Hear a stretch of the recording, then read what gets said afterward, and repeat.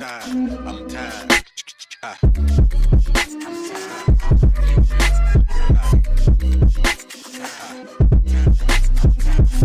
Late Morning Program with Nam Ras Podcast.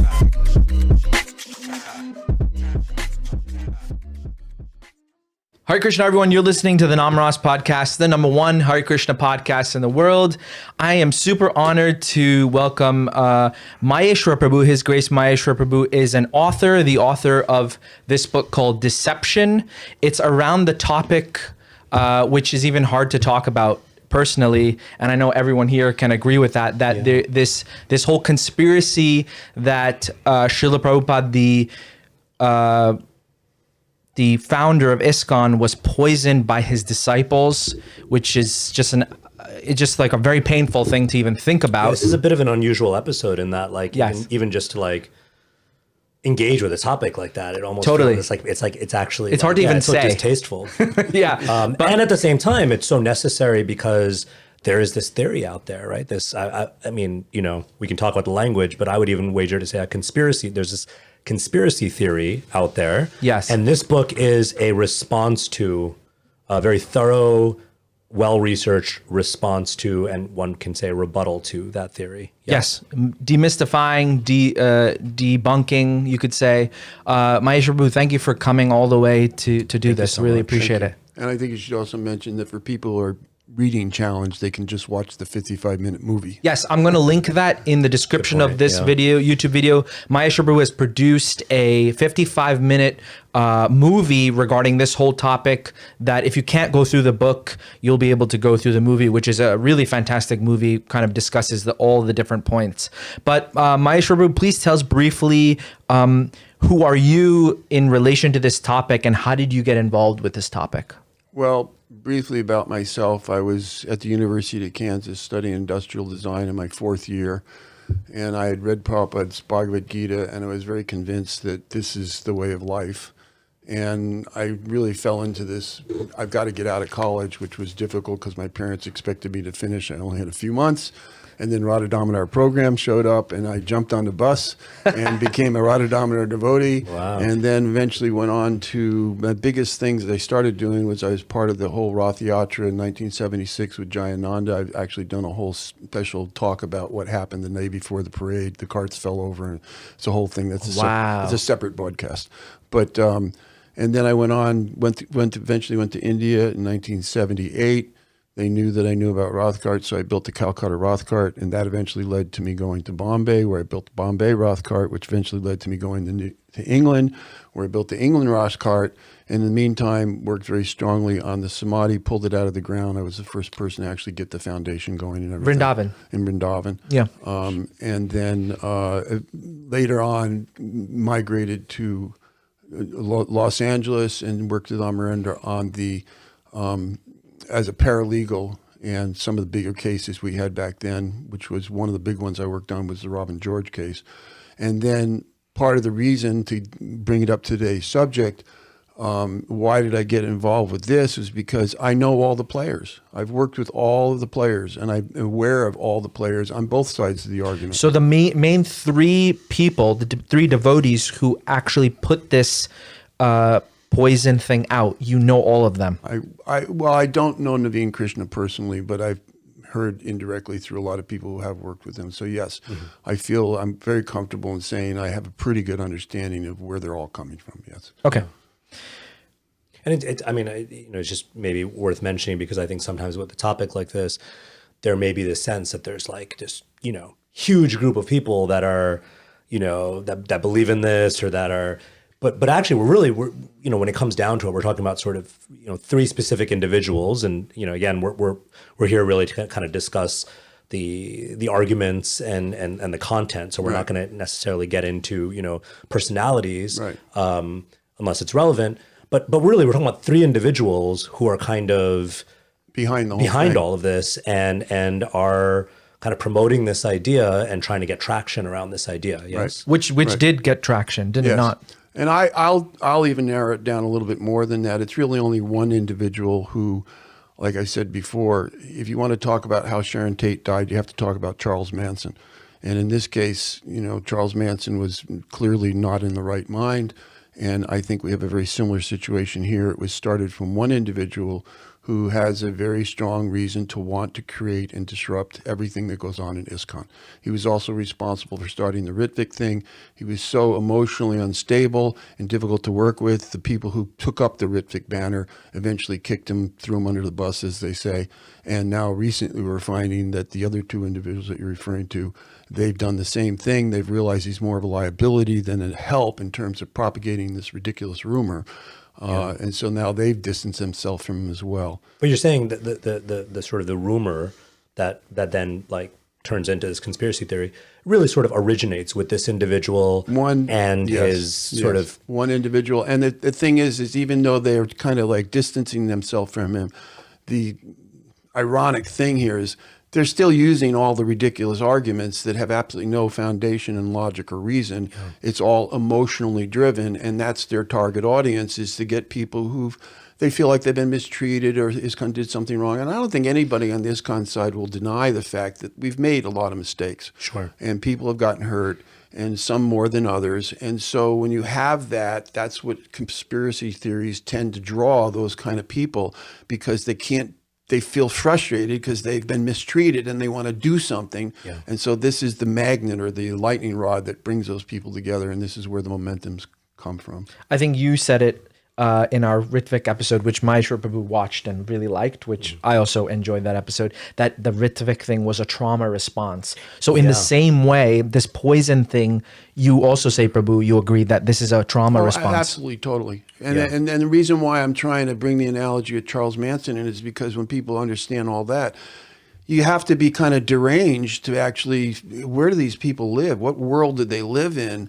And as we go through the discussion today, I'm going to be making statements and people are going to say, well, how could anybody think like that? Right. Well, it's because they don't think the way a healthy, reasonable, rational individual thinks. And just to be clear, you're saying that's not a coincidence. That's because the origins of this is someone who had a vendetta right from the very beginning. Had a vendetta, is, emotionally, mentally unstable. Yes. Right. Yes. And we don't wish to be unkind, but to sort of name what it is. I mean, that brings up the question, why put attention on someone's derangement, so to say? Well, unfortunately, I've been saying, sorry to cut you off. I'm pushing the main ISKCON institution. And I agree originally. I mean, this thing blew up and originally showed up in 1999. And there was a lot of effort to try to adequately find out what really happened, because originally it was like, oh, well, maybe we should look at this seriously. And so they put out a website, they did their research, and they came up with a website which is now called Not That I've Been Poisoned. And the arguments are there, although they're kind of antiquated at this point because we're 25 years down the road. But the effort was made to quash it. But since then, and then it resurged again in 2017, with now the original argument was, oh, Prabhupada had all the symptoms of being poisoned by arsenic. And the research on the hair was all done looking for arsenic.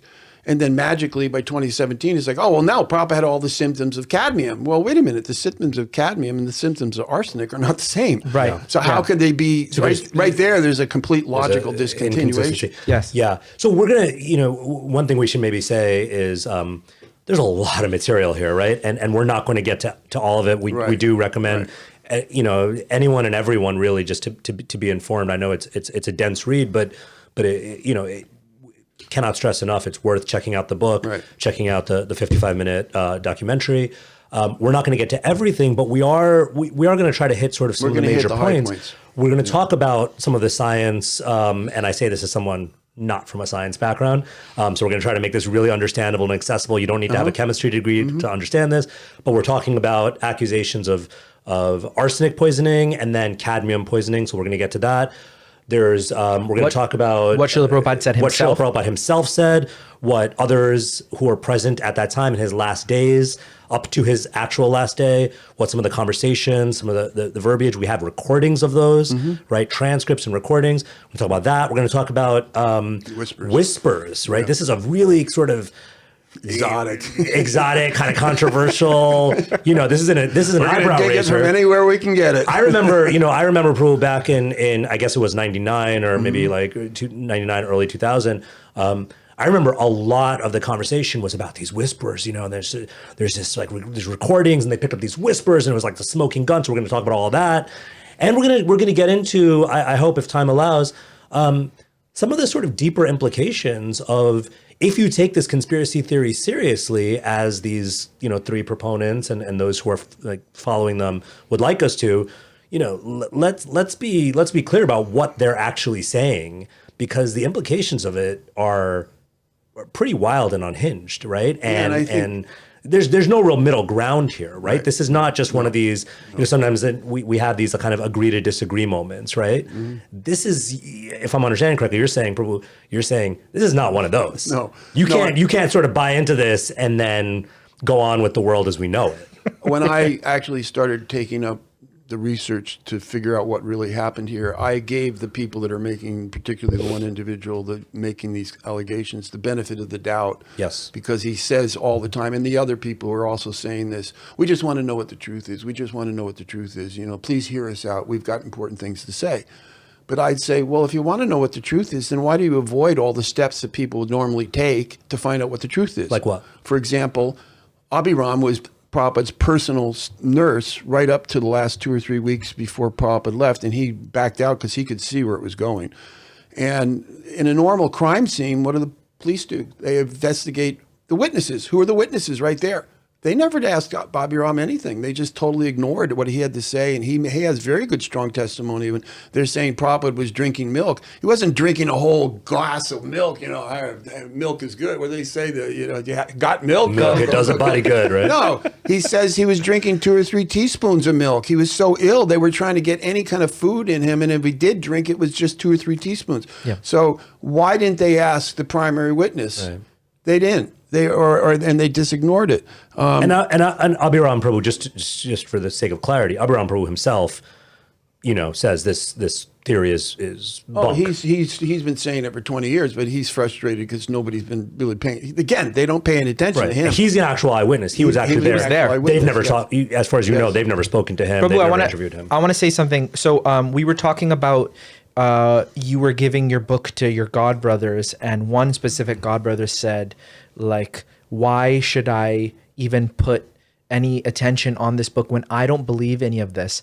But your response to that was really important. I feel that the devotees of ISKCON, the leaders, they're actually getting questions from junior devotees who are not Prabhupada's disciples, maybe grand disciples. So what's tell us more about that. I want to be respectful to all the devotees who are actually taking the mantle and leading ISKCON forward. They've got tremendous responsibilities, which is one of the reasons why I took up this particular service.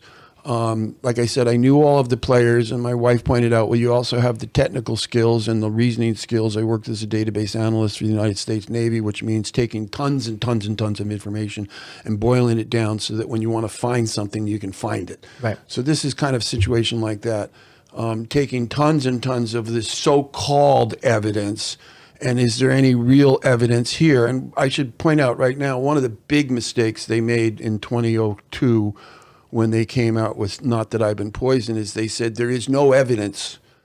And I keep refraining or keep reminding people to say, no, you need to clarify it. There is no court-worthy evidence. There's a whole lot of evidence, but it adds up to nothing.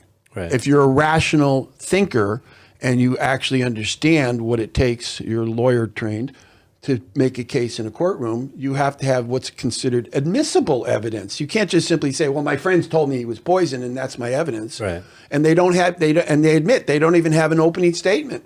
They can't say, well, Tomal Krishna Maharaj went to Delhi and he bought the cadmium and we have a receipt, and then he stuck it in his bead bag and he escaped out on Bungal Arctic time and went into the back room and mixed up this poison and somehow got it over to Prabhupada's room and somehow or another snuck it past all the people who are taking care of Prabhupada. They don't have any opening statement. In fact, they even go out of their way to say, at one point, they published, we'll give $50,000, which they won't give, by the way, $50,000 for anybody who can help us find evidence to get a conviction.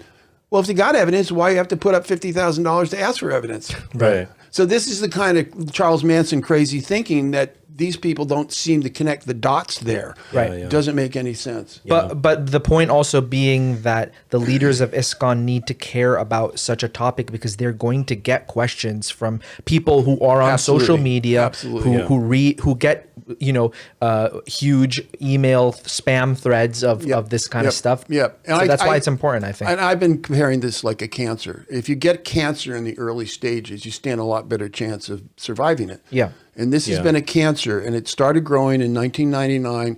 In the beginning, I agree with them. The best evidence, the best path to deal with it was just to not give it any attention because it's so off the wall. Yeah. How many people are going to believe any of this? Right. But eventually, our dear friends who came up with all of this stuff went back into the labs because, again, it's not about facts. If you think this is about facts, you're going to be out in left field. It's not about facts. It's about emotions. So he went out there and they magically changed the script from arsenic to cadmium, which is like, okay, but where's the evidence? And the fact of the matter is that, so ISKCON people are so busy running the temples, doing festivals, keeping the deities dressed and feeding the devotees and preaching, that they don't have time to deal with this. It's like wasting your time dealing with garbage. But the cancer started growing back in 2002. The garbage is piling up, right? And more people, unfortunately, we're not going to try to hide it. People, and let's face it, everybody comes to ISKCON for a bunch of different reasons. Krishna says 4 reasons in the Bhagavad Gita. When some people come, they want to get attention, they want power, and they're maybe not of the best character, and they've made some bad decisions, and they hurt other devotees, and so that cancer kept on growing and growing and growing. And then more recently, I think actually my book came out in 2020 and the movie came out in 2020, I've had a lot of people contact me, people who are on the fence, because, most people don't want to take the time to plow through all the details. Yeah. So I did that for them. And so when my movie came out in 2020, I had a lot of people contact me, say, thank you. I really didn't know which way to go on this. I was really bewildered and confused. But after watching your movie, I'd say the number that I've kind of come to is 80% of the people that watch the movie, when they're done watching the movie, finished. They now are no longer convinced. Now that 20% is the 20% that's in every population of people who are mentally deranged, or the National Association of Mental Illness says that 25% of the population, they actually say, is on medications, which is what they refer to as people that need to have some medical assistance to get through their day. Yeah. So that 20% is going to be out there. And that's the 20% that are taking the banner and running with it. So this whole podcast and the people that are going to be watching this podcast and hopefully sharing it with other friends who might be new to ISKCON and are really bewildered and maybe good intended, they don't know where to go with it. Well, if they're not part of that 25%, then they will find a lot of relief in what we're going to talk about here today. Sure. Yeah. So let's roadmap this a little bit, because as you said, and I really appreciate this point, that it's not, right, it's not that there's no evidence. The opponents of this theory insist they have evidence, and the question really is, let's examine that what evidence. So-called evidence is, and is that so-called evidence, does it hold up, right? Right. And again, we're not going to get to everything in here, but as far as I can see, right, there are, and we kind of talked about this, some of our conversations. There's sort of like 3 major buckets that we're going to look at, right? 3 major stepping stones. So let's look at sort of what Prabhupada said and didn't say, right? Mm-hmm. Because that ends up being a kind of a big one, I think, for a lot of us. Yeah, I'll say for myself even, and I can talk more about that. But let's look at what Prabhupada said and didn't say. Let's look at this so-called whisper evidence, and then let's look at the what kind Dr. of Morris said, scientific, or the so-called theoretical 250 tests. Times cadmium amount in his hair. The testing that supposedly demonstrates, illustrates the smoking gun. The smoking gun, right? The so-called smoking gun. Yeah. So let's try to hit all of those. I think, we could start anywhere. The place that I wanted to ask you about, because even personally for me, I remember, like you said, the first version of this theory sort of came out in 1999. Is that correct? As far as we know, before 1999, it first bubbled to the surface. It was very unstable. There wasn't a lot of people beyond. In fact, even what's interesting is even Dear Govinda admits the first time he heard it, he thought it was complete garbage. But then he had his own what shall we say, confrontation or dissatisfaction or what do you call it, disappointment with ISKCON. And it's amazing how when that happened, all of a sudden his attitude changed. And now he's like, wow, that's the way you guys are. Well, maybe there is a little bit of truth behind all this. But that first iteration of it, which is around 1999. So first of all, it's just interesting. I mean, we talked about this with the Ritvik episode as well. It's just interesting that like from 1977 to 1999, there's no problems. not right, none of these problems. Or at least it's not like mainstream, right? So like, but suddenly in 1999, there's this theory. I remember when I first encountered it, I was like, oh, this is so wild. But I remember a devotee who shall remain nameless saying, yeah, but Prabhupada himself said that he was being poisoned. Right. And they, the way they said it, it was like so jarring to me. Right. And then I went, and sure enough, there's some conversation where they're talking about poison. They're using the word poison. So that's really kind of, that can shake someone, right? Let's talk about that. So maybe let's start there. Okay. So one of the books that's been published specifically states, and I'm going to make specific comments because they're putting this stuff out there. Again, in a courtroom, it's like cross-testimony. It's like, specifically states, Prabhupada said 3 times that I've been poisoned. But is that true? No. Well, okay, here's the only place he actually said it. He said, someone said that I've been poisoned. Okay, well, so this is 1977. This was actually right as Prabhupada was the last couple of days. This is the last couple of days, 1977. Right. For viewers who may not be so familiar. Yes. Prabhupada's last days. So we're talking about November 1977 in Vrindavan. Actually, November 8th in my notes. November 8th, 1977, Vrindavan. Prabhupada is, and I don't want to be insensitive with language, but on what colloquially is called his deathbed, right? His sick bed, his deathbed. He's bedridden, very, very ill health. Very ill health. Practically not taking food or very, very little sustenance at this point. Right. And in this context, Prabhupada says, he makes a statement. To whom did he make the statement? What's the context? He's Walk us talking through to it. his caregivers. Okay. And so, well, let's get into it here. So the last few weeks, Prabhupada was surrounded by half a dozen or so caregivers that were doing everything they could to try to keep him alive, contrary to what these people are saying. And these are his disciples, senior disciples, Tomal Krishna Maharaj, Bhakti Maharaj. Charu, several others are coming in to go. Abhiram for certainly a good portion of the time. Nurse, right. And while he was there, many times the conversation came up. It started with the Ayurvedic medicine. Yes. Which they ran to Delhi. They sent some people. Prabhupada, again, he wasn't into modern medicine. He was into Ayurvedic medicine, which is why it's a total misleading thing to say Tomal was depriving Prabhupada of medical care. No, Prabhupada did not want traditional medical people. Prabhupada did not want to be hospitalized. He didn't want to be hospitalized. And you can understand it. He wanted to be in Vrindavan. If he knew he was probably not going to live a whole lot longer. He said, I want to stay at my home in Vrindavan. And he was being treated by Ayurvedic doctors. He was being treated by Ayurvedic doctors. So the idea came up as, well, let's see if we can find some nice, powerful Ayurvedic medicine that might turn his ill health around. Okay. So they went to Delhi. They got some Ayurvedic medicine. They brought it back. They gave it to him. And it didn't have the effect they wanted. And in fact, the current Kaviraj that was there, he was starting to explain. He said, well, Prabhupada is so ill and so weak, and this Ayurvedic medicine is very powerful. He said, if this could be a case of where instead of it being medicinal, it could be acting as a poison. And that was the first time the word poison was really introduced into the conversation where Prabhupada was laying there and they were trying to figure out what to do. Right. Okay, so then not too long after that, and this is the Kaviraj introduces this? Kaviraj explains. And I think personally, I think he was also trying to kind of protect himself from people thinking he did something, he loved Prabhupada as much as everybody else. Right. And he really wanted to make sure his name wasn't slandered because of the fact that the Ayurvedic medicine didn't work. Sure. So he explained, he said, well, this is sometimes the risk that it could go the other way. Yeah. So that word, they said, oh, you mean that could be poisoning him? So, yeah, it could be poisoning him. So that was where the first time the word got brought up in the immediate conversation. So then not too long after that, Abhiram will go on and on and on. I understand you're going to hopefully interview Abhiram in the future. Yeah, we're hoping to. I'm going to let him go into more details on this. But my understanding is he was realizing that the liver and the kidney, which is designed to filter your blood out, to reoxygenate your blood, to take the poisons out of your body and then eventually pass it out of your system, his kidney and his liver were failing. So effectively what was happening was this blood, which would normally become enriched, was passing through the kidney and it was going back into his body, and it wasn't properly oxygenated and healed, okay? So then what was happening effectively was his own body was poisoning him because it was failing to do the work it was supposed to do. So that became part of the conversation. Again, I think the blood that Prabhupada's recycling through his body is not healing him, it's becoming like a poison. Yeah. It's the second time the word poison got brought up in the conversation. Can we just pause for a second here? Because I think this is, it's a small point, but I think it's important, right?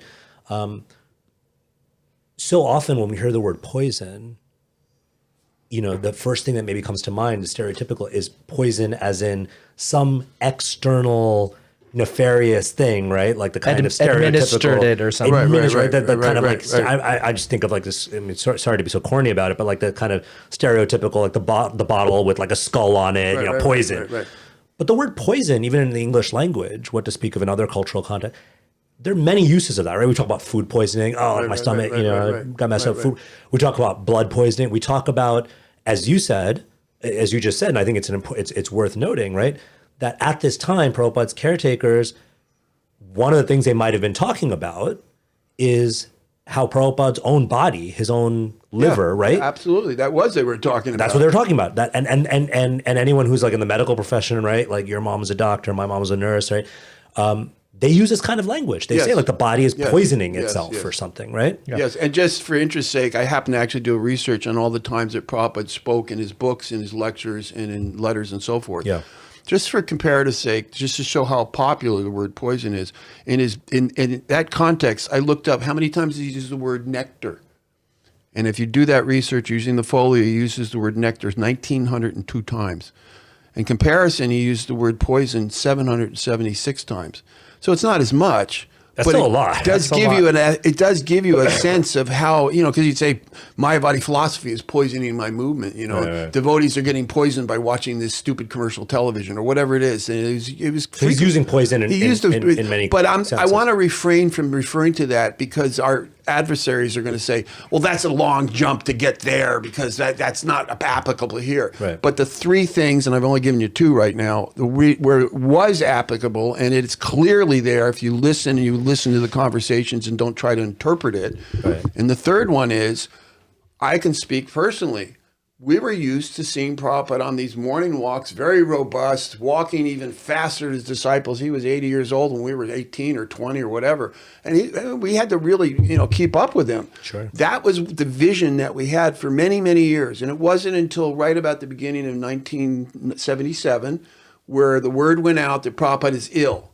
I was out of Radha at that point, but I was in Harrisburg.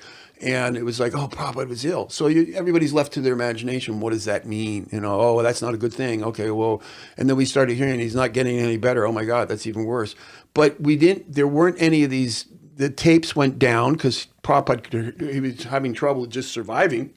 And they make a big deal about what happened to all the tapes. He wasn't making tapes. He wasn't publicly speaking. That's why a lot of them aren't there.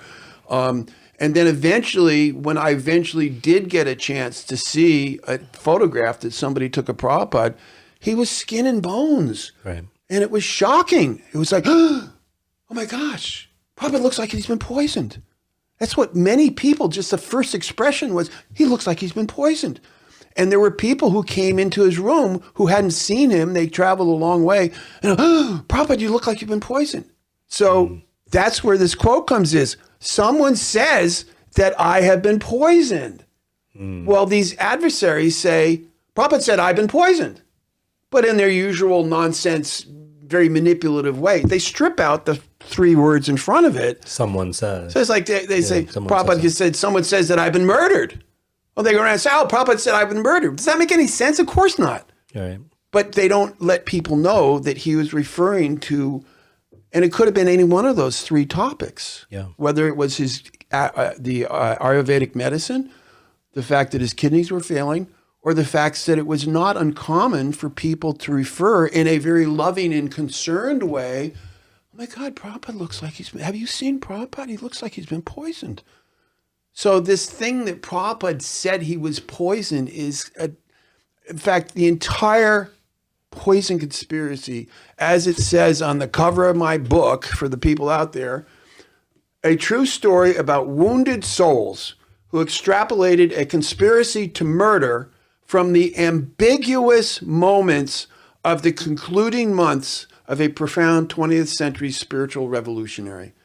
These are all ambiguous moments that they have maliciously pasted together and put all of these spin in the media. They say Spin doctors. Spin doctors, yeah. They're creating these long, elaborate stories, which, by the way, is a complete violation of what we refer to as the proper mukta vritti, which is straightforward interpretation, which is what we should be doing, versus guna vritta, which is indirect interpretations, where I'm going to take what he said. He said, no, not that I've been poisoned. Yeah. He was specifically telling his disciples, no, don't think, I'm not claiming I've been poisoned. Yeah. I'm trying to make it clear. Somebody said that, but I want to make it clear. I'm not personally poisoned, but somebody's saying these things, so please don't misconfuse and do exactly what they did. So let's maybe, if you can walk us through that, and we don't have time to go through like word for word, although it's all there in the book. It's all there in the book. So we invite everyone to look at it for themselves. But just sort of paraphrasing, walk us through. So Prabhupada makes a statement. How do his caretakers respond when he says someone says that I've been poisoned? Well, yeah. Do they bat an eye? Are they concerned? What happens next? Initially, there was some concern, and they did exactly what they're accusing. And this is a theme that goes through all of this.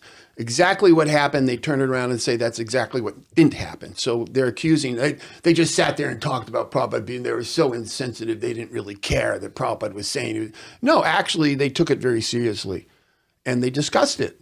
And at some point, Prabhupada finally had to say, no, not that I've been poisoned. He specifically said that to say, don't think like that. But I think he was really concerned about my disciples. Prabhupada was very empathetic to all of his disciples. And he was saying, I don't want my disciples to think that I've been poisoned. It's just that this word has been popping up. And he said, I've heard it in a medical book somewhere. What is he referring to? When the body fully collapses and all the organs are failing, it looks like you've been poisoned. Right. That's kind of what he was referring to. So Prabhupada clarifies. He says, no, it's something that was in a book. Yeah, well, yeah, it's just, he's a pharmacist. So he knew a lot about how the body worked and organs and stuff like this. Right. So he was just trying to say, no, it's the way it's written. It's in a book like this. What's the rest of this conversation? No, not that I am poisoned. That's what I just said. That? That's just what I said. Well, what did they say exactly? I don't have the exact thing here. Okay. I don't want to paraphrase because this kind of stuff they're going to say, well, you didn't say it. But if again, for the listening audience here, by the way, if the movie has been effective, yes. I need to point out the movie only has maybe 10 or 15% of what's in the book. Right. So if you really want the details, the deep dive is the book. It's in the book, and I think we have better use of our time to move on to some other things, and we can come back and recycle on some of this stuff. But let's just leave it at the fact that it was very clear. I mean, and this is the main thing. They got it right in 2001 when the GBC released the book called No, Not That I've Been Poisoned. I mean, that's clear English. You don't need to spin it. Right. He said, no, not that I have been poisoned. I mean, they spin the same thing about the Ritvik thing, grand discipled. How can you say anything against that? And they spin it, so it's this is a Charles Manson mentality. Yeah. This is a crazy thinking. Well, but before we move on, and we should move on, but devil's advocate. Is it possible Prabhupada saying, no, not that I'm poisoned, because he didn't know he was being poisoned? Do any of the advocates of this theory hold to the thing? Well, maybe Prabhupada was just ignorant of it. Maybe, I'm not convinced at all that Prabhupada didn't know that he was. And the thing is, and they can't make that argument because they say things like Prabhupada knew everything. Prabhupada could tell everybody. He'd read minds. Right. Well, then how can they say Prabhupada? You can't have it both ways. You can't have it both ways. Right. So either Prabhupada is ignorant, which they don't want to say. Right. Or Prabhupada's being like willfully dishonest about this. He's lying about it, which also doesn't really make sense, right? But you have a very clear statement. No, not that I am poisoned. Right. While we're on the subject of things Prabhupada said, it's not exactly using the word poison. But one of the things that I've heard and I've seen, and it's kind of bubbled up again recently, is this idea that some of these proponents of this conspiracy theory make, that Prabhupada, in a very kind of coded way, indicated that he was being mistreated or poisoned by his disciples, using this analogy of Rama and Ravana, and saying better to be killed by Ram than to be killed by Ravana. Right. And of course, the proponents of this say, well, there it is. Prabhupada is calling, you know, I believe they're pointing towards TKG, towards Tomal Krishna Goswami, the late Tomal Krishna Goswami, that Prabhupada is signaling that, no, this person's like a Ravana, like a demon. Right. That's a heavy accusation. Real quickly, can you just like walk us through what's the proper understanding of that quote? Giriraj Swami gave an excellent lecture on this a couple of years ago in LA, and he was there for all these conversations. And he said, and so another eyewitness. Yeah, this is another. Of course, they don't ask the eyewitnesses. They don't really care about the truth. It's not about the truth. It's not about facts. This is they want to avoid the facts as much as they possibly can, or spin them, as we're talking about now. Yeah. So the thing is that it's very clear. I mean, Prabhupada thought in terms of, you know, like Jesus talked in parables and ways to help us quickly understand. So Prabhupada thought like that. Of course, he's going to use Vedic examples. And so the example he was giving was that Ravana had asked Marichi to go turn himself into a deer to lure Sita out of the thing so that he could then come in or lure Ram out and Lakshman out so that he'd come in and kidnap Sita. So, but Marichi was in a position, and he basically said, and if you don't do it, I'm going to kill you right now. Ravana says this. Yeah, he said that to Marichi, and so Marichi's going, oh, that's not a very good proposition. So then it's like, well, what's the alternative? Well, okay, we'll go out there and do this and then get killed by Ram. Right. Because he's going to get killed playing the golden deer. Right. So Prabhupada's using this analogy because Prabhupada was always the Goshananandi preacher, go out and preach. Yeah. And he saw himself as like, I'm just sitting in my room here, and in so many words, he didn't come right out and say it, but I'm waiting for my body to finally give up. And he didn't feel comfortable with that, and he knew that if he went on parikrama around Govardhan Hill, that in itself would be just preaching. Just the fact that he went out there and all of his disciples in a big kirtan, that would be preaching. So he said, I'd rather be killed by Ram or have Krishna take me while I'm on the battlefield of preaching than to just simply sitting here laying in my bed waiting to die. So the proper understanding of that analogy, the thing that really makes sense in context is, you know, and again, it's he's using it loosely, right? It's a very wonderful illustration of the way he was feeling. Right. And again, it's another ambiguous situation that they grab out of wherever they can find it and try to turn it into evidence for something that never happened. But the sort of more logical interpretation of that is, in that analogy, being killed by Ram, quote unquote, is dying while out on parikram. Being killed by Ravana is just laying in bed. Yeah. So the Ravana, the question of like, who is Ravana or whatever, that's all red herring. It's Prabhupada's just using it as a, do I go out or do I stay in? And another big disconnect, again, we're not dealing with rational people. If Tomal Krishna Maharaj really wanted to see Prabhupada out of the picture, right, why would he have resisted so much allowing him to go on the parikrama path? Yeah, that's so interesting. Everybody was saying Prabhupada. They had taken him for a walk around the temple 1 or 2 days before this. And Prabhupada struggled just walking around the Vrindavan temple. Yeah. And they were saying, oh my gosh, if there's no way you're going to survive walking around. The doctor said, right, if you go around on that bullet cart, well, you'll there was die. a big debate amongst all the senior disciples about each, because they don't want to disagree with the spiritual. They want to do what the spiritual master said. So Prabhupada was saying, I want to go on parikma. So I was like, well, should we grant him his wish, or that we're, it's like a loving debate, right? Yeah, like, of course, it was one side they want to honor Prabhupada's wish, exactly, but both sides are operating out of love. Yes, exactly. And exactly. If I'm understanding correctly, the sort of the irony or the inconsistency with this theory is the very person who's being accused by wanting to kill him was the one fighting to save his life. Right, was the one who was actually against Prabhupada going on parikram. So again, I mean, I hate to even say it. It's so gross to even say. But if TKG really wanted Prabhupada out of the picture, here's your opportunity. They would have said, hey, go for it. Go. Yeah. Right? Exactly. But he takes the opposite position.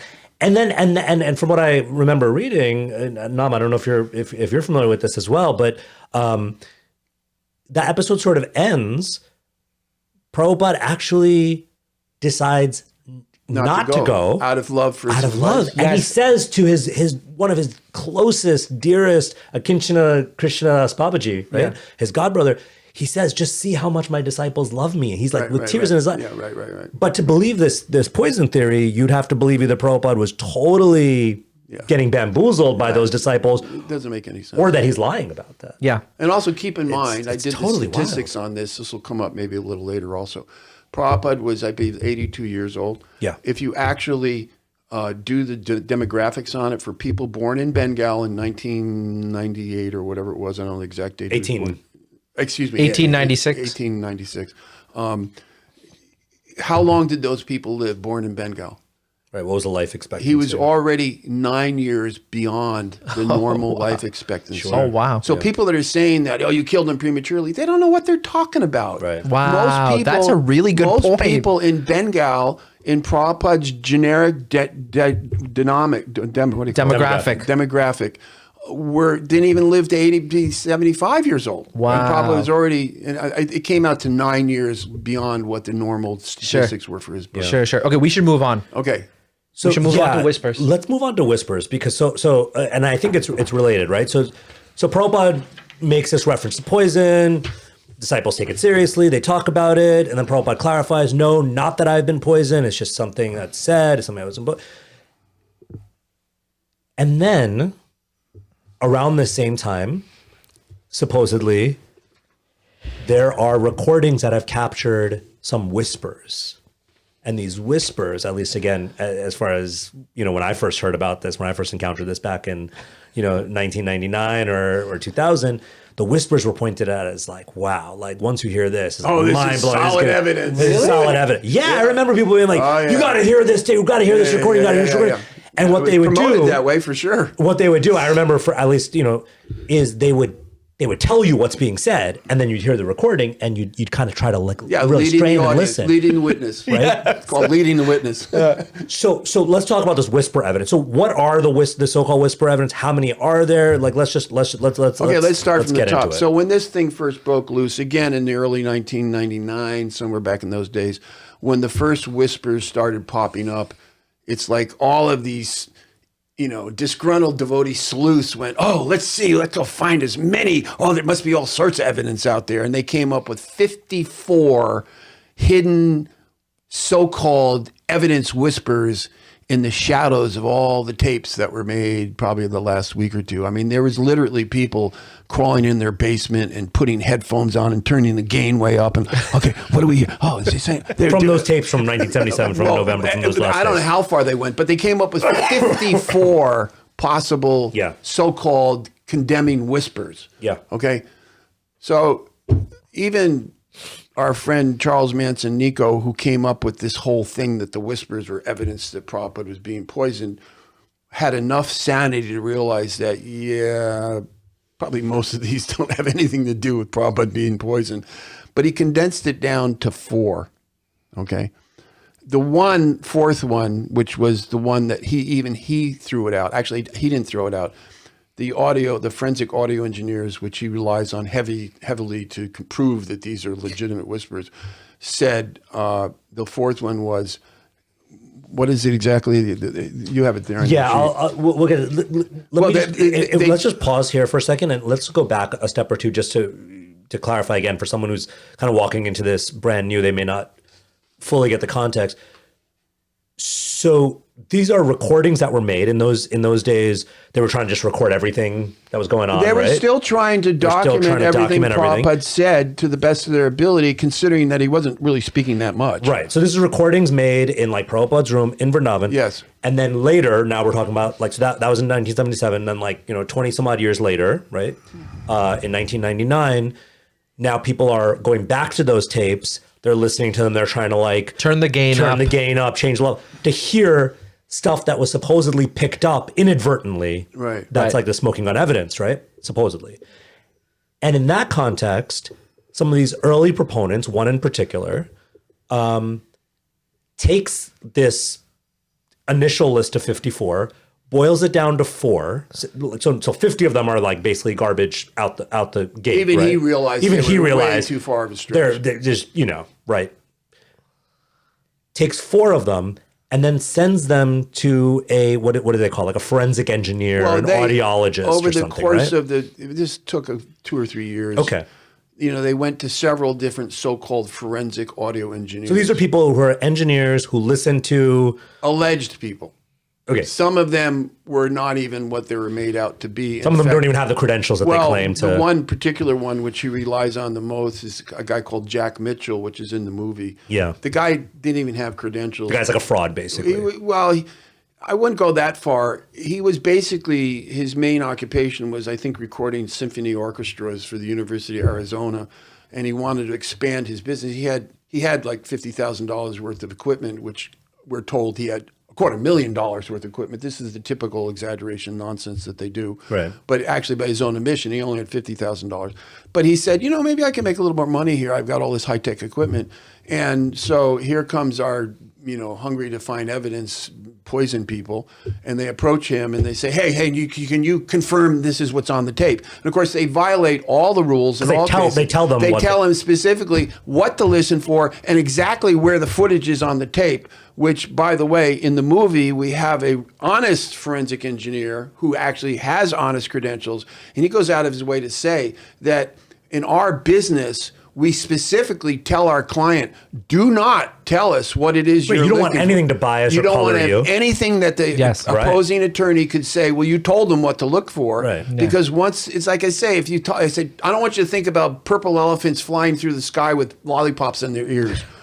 That's exactly what I'm thinking. You go like, wow, that's quite a, you start thinking about it. Yeah. Right? Right. So that's the way the mind works.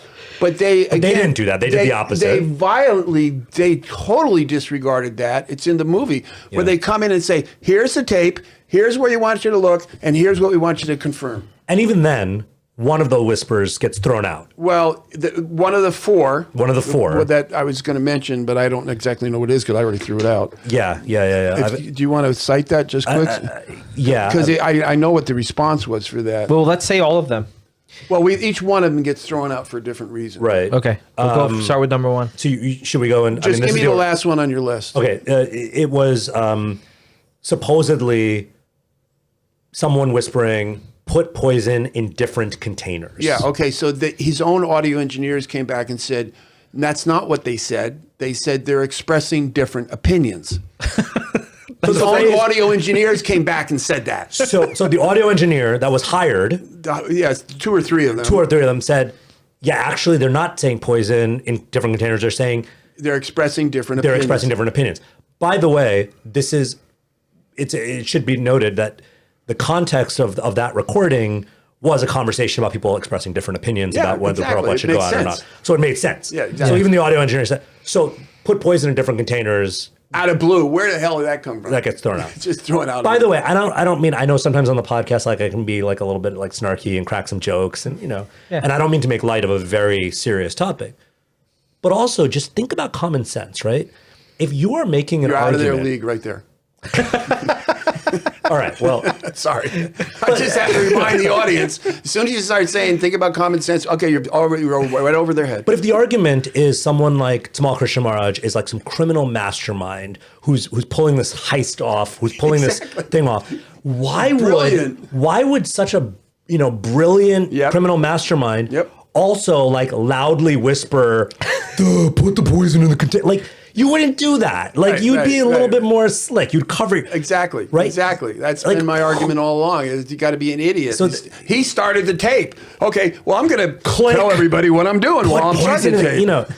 But anyway, we don't even need to go there because the forensic engineer themselves say, no, actually, that's the fourth one there. That fourth one's out. So now let's go to the top. Okay. Go to the top. So go to the top. So, and I distinctly remember this one was like, they made such a big deal about it. Yes. It's the line was supposedly, this is Tomal Krishna Maharaj whispering, I believe to Bhavananda, who was also there, whispering, the poison is going down, and then someone supposedly giggles. Yes. Like with glee. Yes. The implication is, right? So whispering, hey, look, the poison's going down, he, all right? Like, that's what it's Tomal is so saying that on the ridiculous. tape that he just started. Right. So now that's the whisper. That's the supposed smoking gun or one of the smoking guns. Right. What's going on with that whisper? So actually, again, there's a couple of things which totally make this whole ridiculous thing obvious. First of all, Prabhupada was just minutes earlier had said, lay me flat, meaning I'm sitting up, I want to be laid down on the bed. On the bed. So Tomal relocated him and laid him down flat. This is in the tape. Prabhupada says, lay me flat. Yeah, it's on the tape. It's on the tape. So you can visualize what's going on. Okay, so he's laying Prabhupada down. And after he laid Prabhupada down, he noticed, and Abhiram will testify to this, that Prabhupada's body, and this is apparently part of the thing that happens when your body starts collapsing and your organs don't do what they're supposed to be doing. His skin was getting puffy. He said, he explains Swelling. he uses the word, he's like the Pillsbury Doughboy or something, that Prabhupada's skin was like that. And he was very puffy. And then Tomal had laid him down, and he noticed, he just commented very nonchalantly, oh, the swelling has gone down. Swelling is going down. And Tomal Krishna Maharaj later testified, because it's clearly his voice, right? And he was still here when this all started bubbling up. And they went to him and said, what did you say? What did you say? He said, I just said the swelling's going down. Perfectly logical. Right. He just moved Prabhupada. He was able to see. He touched his body. The swelling's going down. And if that's not convincing enough, he was laying on his back. He wasn't drinking milk, and there's no sign of him drinking milk until 7 minutes later. So why? So what poison is going down where? Going down the drain? Where's it going? It's not going down Prabhupada's throat. Because he's not drinking anything. You can't even drink when you're laying on your back. Right.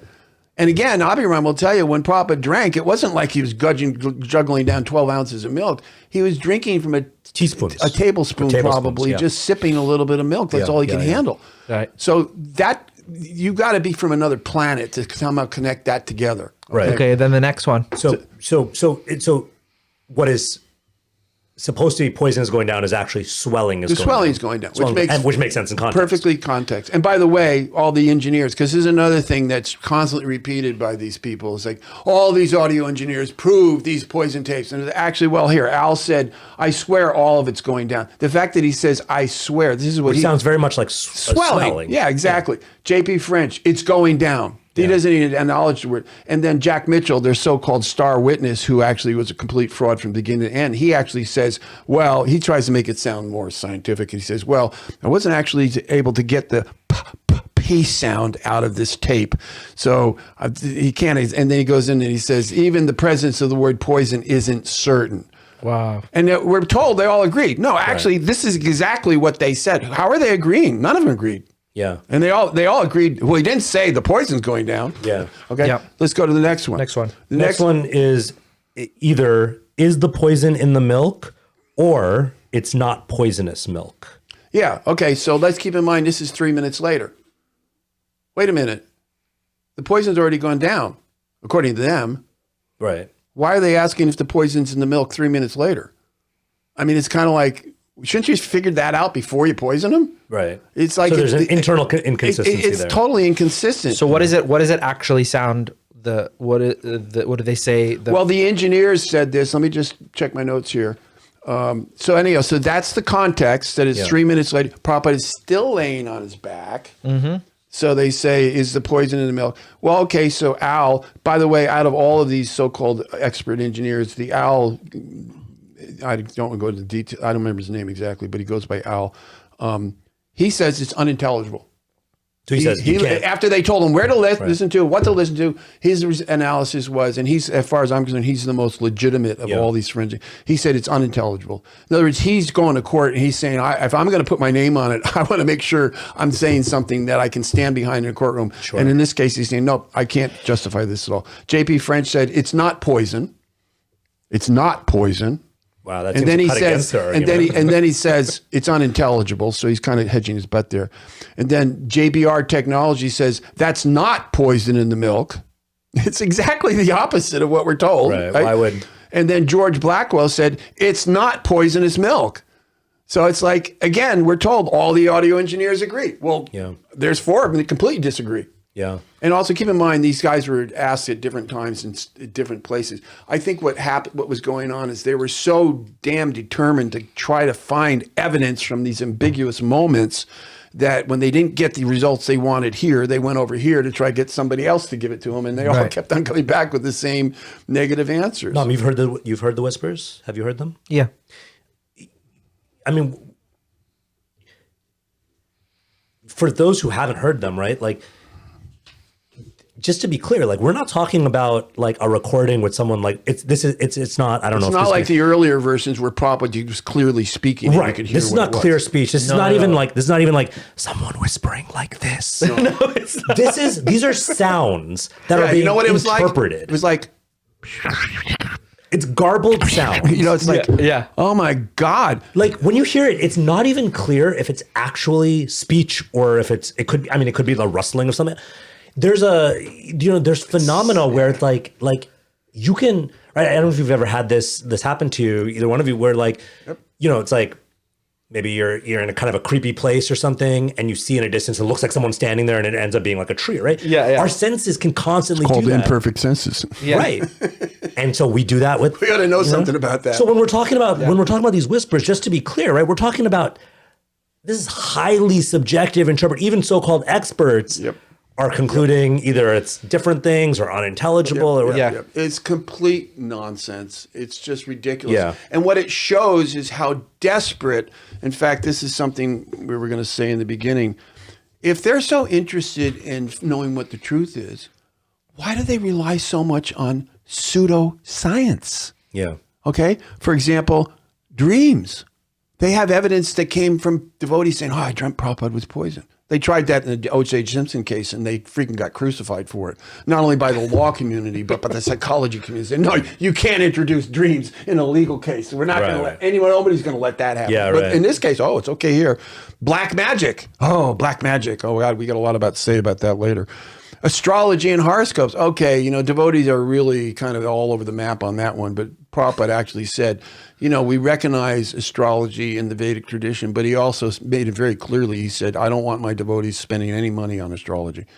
And that Prabhupada, he says, he didn't want to completely poo-poo it. Right. But he just said that ISKCON money shouldn't be spent on it. It's too much of a, like I said, it's pseudo-science. And that's not going to fly in any legal court. Right. So why should it fly here? And why doesn't Prabhupada deserve the same standard of legal testimony than any other poor person on the street deserves? I think we'll get to some of the pseudoscience because the roller coaster ride gets wilder, right? Like, Well, let me just, we're going to get to some pseudoscience. Let me just mention three more real quickly. Sure. FMR brain scan imaging. Why do we have to extend ourselves to this so-called evidence? Voice stress analysis. Yeah. And then the big whoopee-doo here is play the tapes backwards. Yeah, I want to get Oh to, my I wanna God! get to This that is one. their concept of evidence. I want to get to that one too. But just on the whisper thing, one of the things that one of the things that's so problematic about this so-called whisper evidence is, and we touched on this before, but it's if you're given a sound or even speech, and let's say it's played for you with a caption or a subtitle, right? And there have been all sorts of studies. You are primed, Yes. right? Because you're going to read that subtitle. Follow the bouncing ball. You're primed to hear that. Exactly. You're being told what to listen to. You're being told what to listen to. There's a famous auditory illusion, and I don't know, maybe we can put the link in the comments. It's in the or movie. Someone can find it. It's in the movie. It is in the movie. There's a famous auditory illusion, right, where there's a recording. Now we're talking about whispers, right? This is not even whispers. This is a recording of a crowd chanting audible. something. Yes. It's such an interesting. If you haven't done this already, by the way, this is so interesting. Let's go, Brandon.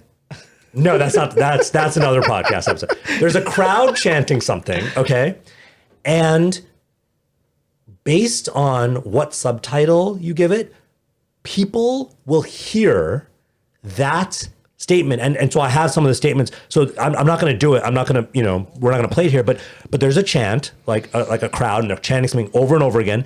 And if you put a subtitle, you can hear it as "That isn't my receipt." Bart Simpson bouncing. That is embarrassing. Or baptism piracy, and there's more, but those are just four that I picked People up. hear what they want to hear. Yeah. By the way, spoiler alert, it actually ends up that the chant is "that is embarrassing." Goes, "That is embarrassing." Right. That is my receipt. which apparently is a thing in England. I don't know, maybe you can verify this now, but like apparently in soccer, when in football, when someone like does something and then They chant. But anyway, that's a sign. But the point is, if you prime someone Yep. with the words, You they're don't going even to have hear to that. prime somebody. I have an example in my book where Jimi Hendrix sang the song, "Excuse me while I kiss the sky," and the people who are inclined to hear what they want to hear said, "Excuse me while I kiss this guy." Right. Because you can, yeah. Right. And that's a well-known thing in the whole rock music industry. And in fact, even at one point in a live performance, Jimi Hendrix actually changed the lyrics to fuel that rumor. Just to feel that. But it shows how predisposed people are to hear what they want to hear. And then, you know, maybe something a little bit more analogous to what we're talking about, because we're talking about conspiracy theory, right? Again, not to make light, but for those maybe who are old enough to remember or who are Beatles fans, you know, there was this conspiracy theory that Paul McCartney had died and the Beatles covered it up and replaced it. It's a wild theory. And they played tapes backwards too, by the way. Right, which we'll get to. But one of the things that they do is at the end of this very famous Beatles song, beautiful song, Strawberry Fields Forever, there is some speech, I think it's John Lennon, and there are people who like swear Paul is dead. that it said, well, what the phrase is supposed to be, "I buried Paul." Yeah. And what he's actually saying is cranberry sauce. I mean, it's a silly thing to say. Right. But the point is, my point is not to get into this Beatles thing. My point is this. If you are told, if I were to get my daughter who's never heard that song before, and I were to tell her, hey, listen to at such and such minute mark, you're going to hear someone say, "I buried Paul," guess what she's going to hear? Right. I buried Paul. Well, If I tell her to listen to For Cranberry Sauce, guess what she's going to hear, I right? think we've pounded this point into the Oh, ground. totally. pretty Yeah, we need to Yeah. move on. We really need to move on. But this leads to one of the wildest parts of this whole thing. That I don't want to spend a lot of time on. Like We're not gonna spend a lot literally of time few on it. minutes. Few minutes. But I think it's important because the thing is, if you buy into this theory, you got to buy into. I mean, this have is to- what they're saying. This you is have what to they're have saying a- is evidence. I'll make it really strong and short. You have to have a Charlie Manson mentality to buy any of this stuff. So what is this backward speech? What? Tell us about tell that. us what is playing the tape backwards reveal. So according to them, Well, here's the thing, actually. Even that was in the original wave in the first book that was printed with "Someone Has Poisoned Me." yeah. And there was a lot of talk about it. But even our main author, Nico, realized that was such a leap in the wrong direction. He dropped it. So they don't. He realized he was going so far over the edge with that ambiguous idea or that so-called evidence that he realized he wasn't going to, he was losing people with that because it's just such a stretch. I mean, it's just such a ridiculous So the stretch. proponents of the theory, they don't They believe in dropped that. that. They dropped it. that. Is this like But just throwing, give us 2 sentences on what it was, just so viewers know. it's like throwing spaghetti at the wall. It's like, see what sticks. If that doesn't stick, then we're going to give that up. Okay, but just what is it? It's play the tape backwards and what happened? Yes. Oh, okay. So there was a gentleman who has this whole big theory, and frankly, it's the world of the bizarre. Right. And he's basically saying that he was able to, theoretically, there's a science. And by the way, we're told police departments use this science. There's no police department in the world who uses this. This is another one of these things. He says it and he tells it so convincing, and it's absolutely not a thread of truth to it anywhere. No police department, no court of law is going to say, "Hey, we played Tomal Krishna Maharaj's tapes backwards." You know what it says? "I'm poisoning Prabhupada." Is that what they believe? That's what they actually were saying. Well, there's a whole section in the original book where they took examples of where he's playing the tapes backwards. And it's not quite as clear as "I poisoned Prabhupada." But again, it's the same thing as these original, like, we talked about the 54 other so-called whispers. Yeah. Like, "Get ready to go. Anything might have happened today. I'm not afraid to die." What does that have to do with anybody poisoning someone? Yeah, right. It's like, it's just flack. It's just confusion. It's just obfuscation. It's just, I use the word diametric posturing, which is a word that's used when a cat is threatened. They go, "Shee," and they pull their hairs up, and actually a lot of animals do this to make them look bigger, Right. and more threatening. The blowfish puffing Yeah, up. exactly. Yeah. To as a defense mechanism. If I look scary, I'm not going to go. You're not going to attack me. Yeah. So what he's done, and in the original book, this big 780-page book, it's all illustrated in my book. He's got about 200 pages of content that's repeated 3 or 4 times, different ways. Right. And why? Because he wants to say, I got 500 pages or 800 pages of evidence. It's like, no, you have about 200 pages and it's not even evidence. And then you just repeat it all these different ways. So one of the pieces of this evidence was supposedly if you play the tape backwards, there's some kind of weird confession. That was in the original Someone Has Poisoned Me book, and it's considered one of the big pieces of evidence. But magically, it got dropped out of the second version of the book because enough people said to him, he said, you're, Charlie Manson here, where like you were way off in some other universe. Don't expect this to happen. The theory supposedly is that subconsciously we confess backwards. Is that the idea? That's the theory. Right. That's the theory. The word Charles Oates comes to my mind. You can look it up. He's got, and they're using him as the authority of why this is legitimate thing. But he says, he's a whole big psychological. Frankly, I think it's a bunch of BS. Because even speaking of rock and roll before, supposedly if you play Led Zeppelin "Stairway to Heaven" backwards, you get something about Sweet, I Love Satan or something. Yeah, no, even that is more plausible because. I mean, I don't believe that. I actually do like that Led Zeppelin song, so maybe I don't want to believe it. Great song. You ever heard the Hare Krishna melody to that? I have. It's very nice. But even that is more plausible because that.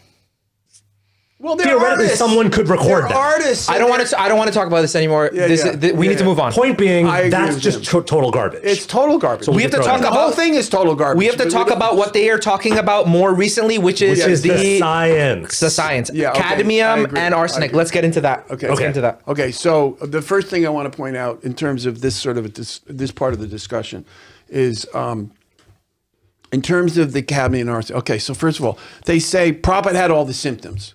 Okay, and I've got symptoms of what? Well, originally it was symptoms for arsenic poisoning.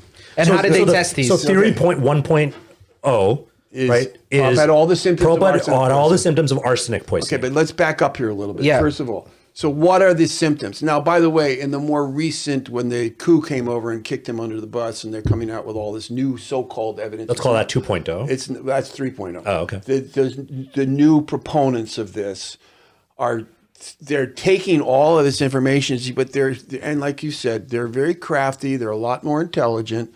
They don't necessarily tell you what the symptoms are, but they say there's 8 of them. Well, what are the 8 symptoms? Again, this is where the obfuscation. Well, why don't you tell us what they are? I mean, if you want an honest study, tell us what you're thinking are the 8 symptoms. They don't do that. Nico did it. I think we have to back up even more. What I want to back up to is how are they testing for poison? Can you explain that? Well, you're getting into that. We'll get to that. I want to get to that too. So because there was no medical examiner, autopsy, anything like that. But the point is, I want to point out. So let's just so the audience knows what are these so-called symptoms that Prabhupada had, which is evidence of first arsenic poisoning, and then later it was the same evidence for cadmium poisoning, which doesn't make any sense at all because. Evidence of arsenic poisoning is this, and evidence for cadmium poisoning is something completely different. And yet they're saying Prabhupada had evidence of both of them. And actually the fact of the matter is that he had evidence of neither of them. So what is the evidence that they're talking about? Right. They're talking about symptoms when Prabhupada was alive. Yes. Well, during the last few months, last few weeks. Okay. So, the first one is extreme photophobia. Photophobia means your eyes are sensitive to light. Correct. So again, drawing from an ambiguous moment, where we never saw Prabhupada wearing sunglasses. I mean, how many photos have you seen in the BBT where Prabhupada's wearing sunglasses? Never. But except for at the very end, he was wearing, and Abhiram will tell you, his wife bought him the sunglasses because his eyes were hurting. Now, why they were hurting medically, that's a whole nother discussion. But they're saying that is evidence of arsenic or cadmium poisoning. And I challenge any one of the listeners to find anywhere on any reliable medical source where it says photophobia is an evidence of cadmium or arsenic poisoning. It's not there. Okay. So they're saying that it is photophobia is. Facts are not what we're talking about. It has nothing to do with facts. It's got to do with can we convince people to help us destroy ISKCON? That's what this is really all about. Okay, so photophobia. Photophobia, it's not there. And then they say excess mucus, chronic bronchitis. Okay, average cold. You got that right there. By the way, I have that right now. It's so common. Cough, colds, chronic rhinitis, and congestion. Okay, that's also pretty common. Not such a big deal. Scratchy and hoarse, husky, weak voice. I mean, this is their so-called damning evidence, right?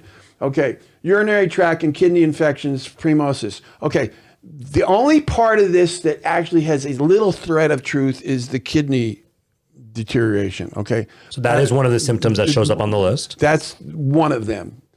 Expressionless, colorless, pale face. I mean, anybody who just jumped up too quick is going to have a pale face. The blood's not going to your head. Right. I mean, this is ridiculous stuff, Tearful, sensitive, melancholic, very emotional. Well, I would say if my body was completely falling outside of me, I know I'm dying, right. I would say I'd probably be pretty kind of like, concerned about that. Right. I'm not going to be jumping up and down in joy. Right. So that one also, they probably have to walk a very fine line, right? Because these are all emotional. This is not physical stuff. This is emotional. Very subjective. Stuff. It's very subjective. And then liver changes, anomalies, and problems. Okay, so those are the 8 so-called symptoms. And I've got them here, but I'm not going to go through them for the second But doesn't Prabhupada have a documented history of Yes, he had a document. No, kidney, yeah. Abhiram can give you all the details on that. Yeah. He was well understood way, way, way before 1977 that Prabhupada, in fact, Shruti Kirti has an interesting thing in his book where he said Prabhupada wanted some puris or something. So they brought him some puris. And Shruti Kirti really presents this in a humorous, friendly, typical Prabhupada way. Yeah. And he said, Prabhupada, and he said, there's no sugar. And so, and so, of course, they wanted to put powdered sugar on the puri. And they all ran back into the kitchen. Prabhupada wants sugar. We don't have any powdered sugar. And I said, well, we'll bring him the granulated sugar. So they come out and they give him Prabhupada goes, very nice. He puts it on the puri, and Shruti Kirti says he sits there very intentionally crunching the sugar granules. Yeah. And everybody's going, Prabhupada, you've got diabetes. And his attitude was, I'm more concerned about Krishna than diabetes. I mean, something to that effect. Right. I mean, he did the same sort of thing. Prabhupada was approached by all these eccentric people about, you got to have a macro diet, or what do they call it, a non-cooked raw diet. Yeah. And Prabhupada would humor them and say, if you want to follow it, but that's not our policy in ISKCON. We're not going to, we got the Vedic diet and that's what we follow. Yeah. So he was always trying to undercut these eccentricities that his disciples would come up with. Prabhupada, you can't, some people can't say you can't have sugar at all. And Prabhupada's a diabetic and he's saying, well, I'm going to have sugar if I want sugar, Yeah. So, and I'll crunch it in front of you. And I'll crunch it in front of you. So in other words, pre-existing conditions. Yes, they were there. They were obviously there, and everybody knew about it. And again, the truth, we don't care about the truth. We're just going to say, this is ridiculous. Prabhupada didn't have, he didn't have, what do you call it, it wasn't a diabetic. Okay, you can believe whatever you want, but you're living in the Charles Manson world. That's where you're living. So why did they start with arsenic and then switch to cadmium? Okay. Well, the arsenic was originally not quite enough to convince everybody. It was too low. Meaning, what was too low? Well, okay, originally the idea was that Prabhupada was poisoned by arsenic. So the way that you actually kind of look at that scientifically or rationally or medically is you go and see, how much arsenic is in people's blood from that part of the world at that time. Prabhupada's died. Wait, so I'm sorry, just to make this really break it down even further. Okay, the accusation is arsenic poisoning. The so-called evidence, one is symptoms in Prabhupada's last days, which we just talked about. The other so-called evidence is levels of arsenic in blood. In his hair. In hair. Particularly his hair. Okay. So how do we get there? Well, how much hair? How did they get the hair? Apparently back in those days, there was some cooperation with ISKCON, and they provided hair samples. In 1977 or 1999? 1999. I see. Okay. Okay, the hair was cut back in 1977. Right. And that's a whole other thing which they totally twist around and make it confusing as hell. But the point is that devotees had hair samples. And I try to point out to people, it's like, if a drunk driver gets caught by the police, he's not too anxious about taking a blood analyst test, right? Right. He wants to avoid it as much as he probably stall it as long as he can. Right. Because he's drunk. Because he knows he's drunk. He knows he's drunk. So if the GBC actually had intentions of killing Prabhupada through arsenic or whatever, why would they volunteer to have hair samples tested that if it proved that he did get poisoned, that would prove that they were guilty? So in 1999, accusation is made, arsenic poisoning, supposedly matches Prabhupada's symptoms, which we just talked about, and the GBC says, here's some hair, go here's test some it. hair, Go test it. So they tested it, and it came out on the high side of what is considered normal for people who have their You can hair. pull it towards you. I'm sorry. No, that's okay. You can sit back and So, and again, just totally for the non-science people out here, right? There are levels of arsenic. So, Yeah, there's, so we all have like some arsenic in us, but right? The hair is used frequently used for drug testing. It's particularly useful for long-term drug use because whatever your body's taking in, whatever you eat today or you smoke or you shoot in your veins or whatever you're going to do if you're drug testing, it usually gets processed out pretty quickly. Right. But it stays meanwhile, the hair is taking trace elements of it and depositing it into your hair follicles as your hair grows. Right. Okay. So that's why hair is used frequently to determine if you have a drug problem. Sure. Because you can take the drugs yesterday or 2 days ago and come in and it's not going to be in your blood, but your hair will tell you whether you took serious drugs 2 weeks ago. But if you were to test my hair right now, would there be any arsenic in there? Yes, there will be some. Okay, so some arsenic is normal, right? Yes. Like There's a normal level, which is there's a normal acceptable. level. Yes. And in the case of Prabhupada's hair, which Yeah. was collected, which we can talk about, which we should talk about how it was collected and all that, but putting that aside for a second, it's collected in 1977, turned over for testing willingly, voluntarily by the GBC in 1999. Right. And the result is there's the presence of arsenic at a higher level than That's what's normally considered normal. Okay. So that became a big issue. And keep in mind, my focus has more been on the recent allegations, but I understand that kind of ended in a stalemate because it was kind of on the border and they were trying to make it, again, they're always propping it up, trying to get more evidence that's not there. So they're trying to say, well, this is evidence of, but it kind of got pushed aside like, no, it really wasn't so extreme. And it kind of died. And then by 2001, when they came out, not that I've been poisoned, the whole thing kind of got put on the shelf. Was there ever an explanation for what sources of arsenic would be? In other words, there is was there arsenic in water? Is there arsenic in the soil? That's part of the whole thing. There was apparently, and it does seem to be well documented, that there was an excessive amount of arsenic in the water in Bengal. So that would explain why they had a higher percentage of arsenic in their hair than maybe somebody in America getting nice fresh water from their local lake. Okay. And also, by the way, for history's sake, there was an organization, I think it was in Siberia, where they were referred to as arsenic eaters. And there was a whole political reason as to why they started eating arsenic. I think it's in my book, why they started intentionally eating arsenic in order for some political reason, because they were afraid that somebody might try to wipe them out by poisoning them. So they actually built up a tolerance where medically they said it's astonishing how much they could tolerate arsenic and it still wouldn't kill them. So that's just a little historic side, but I don't want to get distracted by that. But the point is there are explanations for why there would be higher than normal arsenic levels in someone's hair. But the point is the whole thing kind of died. And then using the NAA studies that Dr. Morris did on we're talking like microscopic pieces of hair that were found in the clippers that were taken from his clippers from the last time he had his hair cut. They had to go to the normal hair studies require 2 inches of hair. So now we're talking about what comes out of your electric razor when you knock it off in your sink. We're talking really tiny stuff. Tiny little, So it had to be put into what's referred to as neutron activation analysis machine because it's just so small. So when Dr. Morris did this, apparently, initially, he said, we're looking for arsenic, but, the physics of it is that we can also test for several other things, such as antimony, I think there's 2 other elements that they can look for, including cadmium. And so they did the test, and then all of a sudden they came back, and the allegation is that, wow, these cadmium readings are like way off the scale here. And then Nico got a brainstorm, and he said, wow, that's more ambiguous evidence. Let's go take it and run with it. And so he ran with it, and they came up with this, what they consider their smoking gun, that the only way Prabhupada could have possibly had 250 times cadmium in his hair is if he ingested it, which is like really leaping a big leap.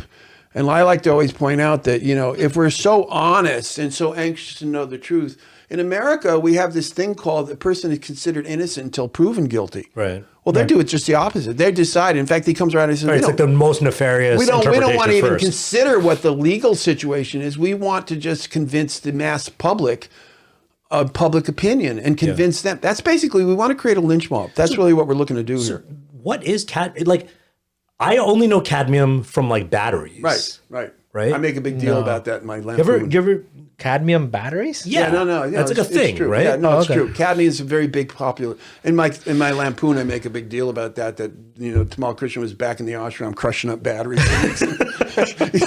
I mean, that's a whole nother discussion. Right. Nico tried to critique my book using the lampoon as his baseline. It's like, but he didn't talk about what's in my book. So He's why? talking about my lampoon, which why is is hilarious for anybody who wants to read it, by the way. Well, but let's get back to cadmium. Yeah, why is What is it- cadmium? Okay, so cadmium is a heavy metal. Apparently, it's very deadly. It had never been used. This is another thing that they say. They don't address these questions. They just push them aside. So in 1977, cadmium was not even recognized as a serious, let me just get my notes straight here, a serious substance that they really understood even how it worked in the body. Hold on, let me find that thing. Like they're saying that the servants knew how to use cadmium, but in the whole science community, cadmium hadn't even been discovered or had been discovered to be used before 1977. Like no one even knew how it worked. So this was like super obscure. Yeah, they didn't even know how cadmium reacted to the body until like 1992 or whatever it was. So for the theory to work, these like Hare Krishna monk, full-time college devotees dropouts would need to have figured out in a pre-Google, pre-internet world, they would have need to have figured out this obscure element, cadmium, and how to administer it, how to get it, how to administer it secretively, Mix it, and presumably in food, mix it with like, three tablespoons of milk. to poison someone at a time where it wasn't even widely known as a poison. Yeah, and here's the evidence for that's what that. you're saying? Yep. This is a quote from a medical study that was done by Johns Hopkins University in the year 2013. Okay. This is 36 years after the allegation is that Tomal used cadmium. They say, we already know about the health hazards of heavy metals like lead and mercury, but we do not know much about what cadmium does to the body. This is in 2013, he's saying. This is 36 This is a scholar saying in 2013. This is a one of the biggest medical research labs. Keep in mind that in the mid 70s, I don't know, you guys are pretty young back then, but all the medical research was going to stopping smoking. Everybody was, the cigarette industry had the whole world convinced that you could smoke and it wouldn't hurt you. Right. And eventually it became so obvious that no. So they had to come, and there was a lot of money dumped into medical research. But after they got that door shut, and they finally put labels on all the cigarettes and the Surgeon General, blah, blah, blah, smoking's going to kill you, so if you do it, just be aware of that. They started turning their research money to other things. And so, yes, there was an incident in like 1930s in a little town in Japan, I believe, that lived downstream from a metal factory that was using cadmium. It was disposed of in the river. It went down the river. It went into their rice paddy fields. These poor peasants that were eating the rice ended up getting tons of cadmium in their system, excessive amounts of it. And there's pictures in my book. It's in the movie. Yeah. And they developed these horrible bone deformations and stuff because that's what happens when you have cadmium. That's what happened. And Dr. Pillay actually said exactly the same thing. That cadmium affects the bones. Everybody in toxicology will say that, but Prabhupada had no symptoms of that at all. Okay, so the point is that there was something. They knew something was going on, but the medical industry takes time to figure out. And what they're talking about is, and what they want to know is, what is the amount that the body can absorb before it starts hitting a dangerous level. Yeah. Okay, especially when you talk about the organizations that regulate what you can do in factories and how much particles can be in the air the factories breathe. And by the way, cadmium is the most the reason where it happens the most is when people breathe cadmium in the air. Okay. Oh, okay. That's where. So the question becomes, okay, well, tell us where all the examples are of people who were poisoned by cadmium, that Tomal had the idea to use cadmium, because it was never used by anybody. I mean, most people think when you say poison, you think arsenic, cyanide. These are the ones that people firstly. Well, how the hell did he even come up with the idea of cadmium? Well, they say, that's how brilliant he was. He chose something that nobody would ever suspect. But the thing is that if you, in the movie, we gave an example of a gentleman called David Chu. He worked in a metal factory in Berkeley, and he had some crazy idea, didn't like some of his coworkers, so he poured some cadmium in their drink. And it's right there within the first hour or two, they immediately had stomach problems and they were, nauseous. And they went to the hospital, and they didn't catch it the first time around, but the next time they went, they immediately caught it. Right. They said, somebody's lacing your water with cadmium, and that's how they caught the guy. So all this stuff about how you can eat cadmium and you never taste it, that's total nonsense. Right. If you were to have it, you would cringe, you'd belly over in the stomach because you'd have gastrointestinal problems. For the theory to work, Tomal Krishna Maharaj or or whoever else, right, was behind this supposed murder plot, would have had to have known about cadmium, gotten cadmium, administered it in such a way that they were able to not have it detected. There were doctors coming in, there were people coming in to see Prabhupada. Yep. They weren't, in some cave isolated from the rest of the world. No one picked up on this. Because there was nothing to pick up on. That's the whole point. There was nothing to pick up on. They try to flip it over and say, this is how selfishly blind they were. They didn't want to, no, there was nothing to pick up on. So, I don't know if this is a fair analogy, right? But when I was growing up, there was probably in my childhood home, there was lead in all the paint. And there's probably asbestos in my attic or whatever, right? Because we didn't know at that time. Could it be that similarly in the late 1970s, there was cadmium in a bunch of stuff? Where would cadmium be? Would it be in plastic? Would it be in metals? Well, it was metals. It was in plastics and stuff like that. But Papa wasn't around eating paper cups. I mean, let's face it. How did he? The question here's the question. Yeah. So now we'll just go straight for the smoking gun, okay? Yeah. So now they're alleging that the only way the first time with arsenic they underestimated it. So this time the new revised version of this allegation is we're going to make it so far off into the left field that nobody can say it was by accident or he was on the border. So now they're running around, and you'll hear this all the time, 250 times what's normal. Right. Right? You've heard that. Yeah. Everybody's saying, that's the only way that could possibly happen is if Prabhupada ingested cadmium, and that's proof that he was poisoned. They say that publicly with they run around all over the place. That's their big banner, 250 times. Okay. So what's the response? Okay, so let's think about this. Let's reverse engineer it. This is where a little logic and reason come in. Yeah. So it's kind of like I say, I have a friend who's a reckless driver, and I have a ticket here showing that he went 250 miles an hour. What do you think? What would you say? Is there a car that goes that fast? Is there a road that can handle that kind of miles per hour? You would go, and for our listening audience, the fastest car going in the Indianapolis 500 is reaching almost like 180, 190 miles per hour. And I'm showing you a ticket that he went for 250 miles an hour. The first thing you're going to go is, there's something wrong with this ticket. Yeah, maybe there's a typo. Maybe it's 25. Yeah, maybe it was 25 and they put a zero on it. Your common sense, and this is what the medical people do, is they go, well, there's got to be something wrong with this because it's not even medically possible. And here's the way you can even a layperson, if they hear me out, like we were saying earlier, when you eat stuff, especially if in drugs, if you take something in your system, most of it gets passed through your body, right? And in terms of cadmium, the studies show that 80 to 90% of what you ingest is just going to pass through your body. Okay.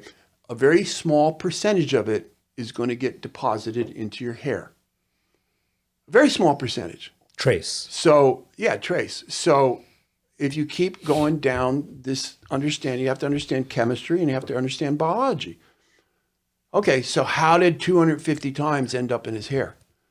Well, you'd have to give him huge amounts of cadmium every day, depending on, I'm getting more support for this theory, but it's pretty clear in the people I've talked to and the evidence I've searched. It makes sense, and medical people will agree with this. You'd have to have enough cadmium in your system consistently for several months.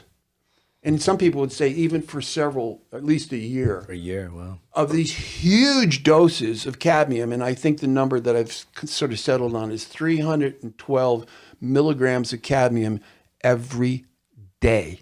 That's Every day. And if you ask, the other opposing question is, well, how much, this is where the John Hopkins research comes in, well, how much can the body tolerate of a dose of cadmium? And they'd say, you start eating 350 milligrams or 312 milligrams of cadmium once, and you are going to have serious bodily reactions. that's a lot. Nausea, Milligrams? Right. vomiting, headaches. You're yeah, going to be falling over with real serious consequences, which is why cadmium is not used as a poison, because it just immediately, that's what Dr. Pillay said. He said, it's like, this is the stupidest thing to use for poisoning, because Right. It's immediately detectable. It'd be immediately detectable. Yeah. Okay. So Yeah, why would you, of all the things to use, why would you use that if it's yeah. so... So the point is that to get to that total of 250 times within the first week, you'd be dead. Your body wouldn't even be getting it out of the system, and then you'd be hitting it with another serious dose, Right. and then be hitting with another serious dose, and then boom, boom, boom, boom, boom. You do that for a week, you'd be dead. So how the hell would the hair even grow out of your body? Right. So It takes 3 or 4 weeks for a centimeter of hair to grow out of your body. So all this seems really logical. So how come the opposing party doesn't? How come? Do they comment on any of this? I have to keep going back to the Charles Manson mentality. It's not facts. It's not logic. It's not reason. They all have some individual. It's a delusion. It's Total delusion. It's all delusional. And the hard thing about delusion, I always explain to people, I said, you can't reason with unreasonable people. Yeah. And many people have made that comment, and that's what we're dealing with here. Yeah. So our appeal to the listening audience is like, you're free to believe whatever you want. Yeah. But in our Hare Krishna movement, the law of association is so important. Yeah. And especially because we say that one of our flaws as human beings is that we fall under illusions. Yeah. Right? So this is probably one of the grandest illusion that's ever been perpetrated in the Vaishnava community. And it's like, if you want to live in this make-believe world because you have some ulterior agenda where you just, usually it's something personal happened to the individual. Right. And they're so, the whole concept of Trinata Pichanitana, forget it, that goes out the window too. Everything goes out the window. And one of the things I was talking to you about is jnana. I did a big chart on the 6 aspects of philosophy. It's in my notes here. We can maybe go over it if you want. I'll give you an example.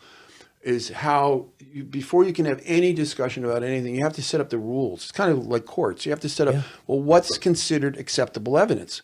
What's considered to be within the realm of the investigation here? You can't just bring in things like, well, somebody told me that Tomal was a creep 30 years ago and he did something really horrible thing to me. Okay, that might be true, but that doesn't make him a murderer. Right. It's like, we need to talk about what the facts are. And that's the very thing they do everything they can to avoid, and maybe even rationalize why not. Or like I said, when Dear Govinda critiqued my book, it's all his sentiments, as I feel, and this is what I think, and this is how I perceive it, and I understand it this way. And it's just like, yeah, but Bhakti Siddhanta said anybody who starts a sentence with I think ought to finish in a closet. We don't really give a damn what you think. It's what's the facts are. What does the Vedas say? Especially when the stakes are so high. Especially when the stakes are so high. And what's really extremely revealing is that, I don't know if I already said this, but in our country, a person is considered innocent until they're proven guilty. And they're a long, long way from proving anybody did anything. Yeah. And yet they're going straight to the condemnation and crucifixion of Tomal Krishna Maharaj. And then later, and then of course, then when he passed away, now that's the other thing. Version 2 changed it from Tomal. Now we have to shoot it at Bhakti True. And they also made the allegation that Bhakti True went to chemistry student. He studied chemistry apparently in Germany. And that's not true at all. In his own biography, he says, no, I was going to go to college, but then after 2 years, which is if you go to college, the 2 years is it's just foundational courses. Right. Yes. You don't get into your advanced. Because they were trying to make the argument that somehow he was some kind of chemical. Yeah, we're trying to say he genius. knew how to use mixed cadmium, and it's like, no, he only was in school for 2 years, and then he decided to come back to Bengal, and then I think his father or something, I think he wanted to go in the Air Force or something like that. But the point is that, again, if you want evidence, go to the people and do the research.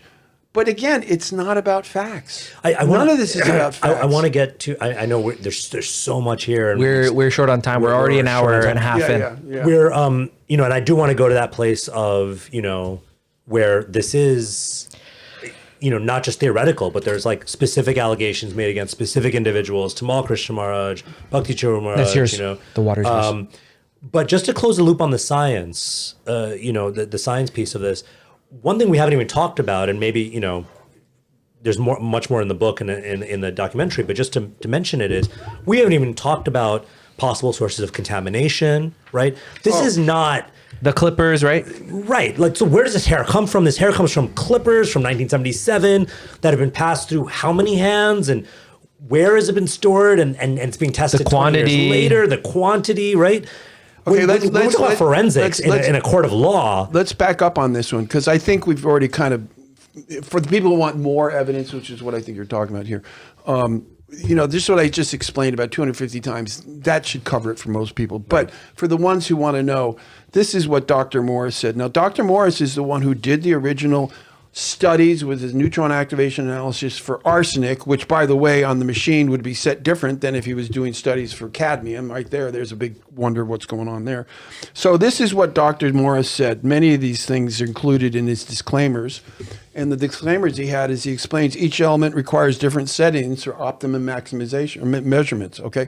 Well, if you're studying for, and this is now in the chemistry, the physics end of it. If you're looking for arsenic, the settings are going to be different than what you're looking for cadmium. And yet he only studied for arsenic. So maybe that's the reason. The point is that we're trying to find out, it's very obvious, even though they can't stand the fact that they seem to think, oh, Maestro didn't know anything about this stuff. Dr. Morris is an expert. But when they do research and they find out when people are told you got cancer, you got to have an operation or something, most people don't even get a second opinion. But they say, when they do get a second opinion, 15 to 20% of the time, they find out that the original analysis wasn't right. So it's we all know it. We're human beings. I don't care how many degrees and how many letters Dr. Moore, I'm sure he's a nice man and he's very sincere about what he does.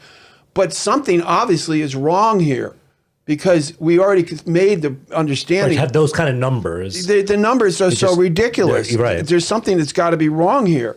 Can I ask about, there's something about hair coming from clippers. Clippers are metal. Clippers involve metal. Could there not have been cadmium in the clippers themselves? That theory's been floated out there, but that's really sort of almost insignificant at this point. Because the thing is, here's the point. I've got about 10 things that, again, it's in my book, the things that Dr. Morris gave, which are disclaimers, which are his way of saying, basically what he's saying is, this is what, I'm just bringing this to your attention, but in an indirect way, in a professional way, he's saying, don't go run into a court saying that somebody poisoned Prabhupada based on this evidence. That's what he's basically saying if you read it this way. And the biggest one, which again, facts don't matter, and if it doesn't, if it's kind of like, what do they try to say, what do they call it? Our friend down in LA who's got the whole thing on evolution, if it doesn't meet the evolutionary model, they just throw it out. Okay? Right. Drew to Karma. He's made a huge. Right. If it doesn't fit our model, we throw it out. That's exactly what they're doing. So Dr. Morris specifically said, do not rule out external contamination. Right. It's right. It's right in his own book. It's right there in his own words. Yeah. And so what do we get told? Oh, we've ruled out the possibility of external contamination. But you were told specifically not to do that. Again, we don't care what he said. We're going to throw out everything that doesn't support our theory. And this tiny amount of hair. Yeah, and that it's not a big amount. That's something that's really, I feel like, so interesting. Right. It's not a big amount of hair that they're testing. It's this tiny amount of hair that could easily be contaminated, or for 30 years that they after. Here's the numbers on it. He says it's crazy. Dr. Morris says if I had 1 milligram of hair, that would be reasonable for NAA. But then he goes on to say, and then he has the detection level. He says, but we had less than. Without confusing people all the numbers, he said basically we had 1/8 of the size of what we would consider to be a reasonable sample, even on the molecular level. What was the reasonable amount? He's saying 1 milligram. 1 milligram. So 1/8 of a milligram? It's like 0.00012 grams, which is 1/8 of the size of 1 milligram. And he says right here, he says, well, if we had a bigger sample, we could probably get better results. Yeah. But the point is the biggest thing that he says, which is easy, and there's a whole thing about prompt gate, there's two different neutron activation analyses. One is called prompt, where they bombard the element with so many gamma rays, and then they basically look at it and it sort of echoes the gamma rays back, and that's how they determine, because the different elements have different gamma rays. So some of them, it's like a window of 10 minutes. Yeah. And if you don't get it within 10 minutes, forget it. You don't get it. Or you have to bombard it again. I don't know exactly how it works. But then there's another one, which is referred to as the delayed method, where the elements will actually radiate those results back for a week or so.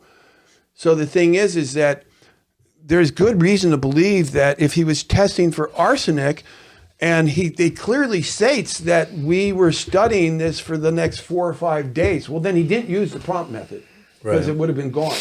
So the point is, and I will concede, I don't know the mechanics of this well enough, but this is where our BI Institute is doing some research to try to get people who actually know more deeply the physics of this neutron activation analysis. Right. But one thing I think we can say very clearly, and I love quoting this, this is a Sherlock Holmes, Conan Doyle. When you have eliminated the impossible, we know it couldn't possibly have been 250 times, whatever remains, however improbable, must be the truth. That's where the logic fits with the whole argument that we're making, is that most of the stuff you guys are saying, it's so bizarrely ridiculous. And then supposedly your cadmium 250 times is supposed to be the smoking gun. But we've just given a very reasonable, rational, consistent with medicine and chemistry, how it couldn't possibly have happened. Well, then this rule applies. Well, then therefore, that's not evidence that Prabhupada was poisoned. It's just not there. Yeah. Okay? Yeah. Okay, I think we should move on to the conclusions here. I like this implications. Let's. I wanted to, and maybe this is a place to close. In one sense, it's sort of like, maybe we're just like scratching the surface because I think it does are. go deep. It does go very, very deep. But I think part of what a lot of devotees, at least I'll just speak anecdotally, just from speaking to like friends and folks online and stuff like that. I think what a lot of devotees are struggling with is like, why can't this just be one of those sort of agree to disagree type of situations? Right. It's not true. Okay, well, but maybe these people, these devotees, these 3 of them or whoever else are kind of jumping on board now. Maybe they sincerely believe it, and okay, well, we can just accommodate. In other words, what is the deeper implication of what this theory is, and why is this so? Why should we all care about this? Well, I would put it this way. I would kind of flip it over, and I would say the message, and I've been trying. No, you don't have to sit up. Stay where you The are. message that I've been really trying to convey as politely and as equipose as I can is really more to the GBC side, which is, and I don't have to say it. They know it. Yeah. They've made some big mistakes, and there's several different categories. But this is the price they're paying for not having really taken this on. And initially, leaving it alone and hoping it would go away sort of worked. I mean, that sort of worked. And it's kind of understandable, right? When something is so distasteful, it's very understandable. So bizarre. It's very understandable. Right? But we're dealing with guerrilla warfare here. And people who know me know that I'm very tolerant and patient with people, but when I'm convinced that something is clearly not right, Prabhupada says we have a duty to speak up. Yeah. I knew Tomal Krishna. Tomal Krishna Maharaj had some issues, and I knew him way back in the early days when he was ferocious, and I can see why he pushed people in the wrong direction.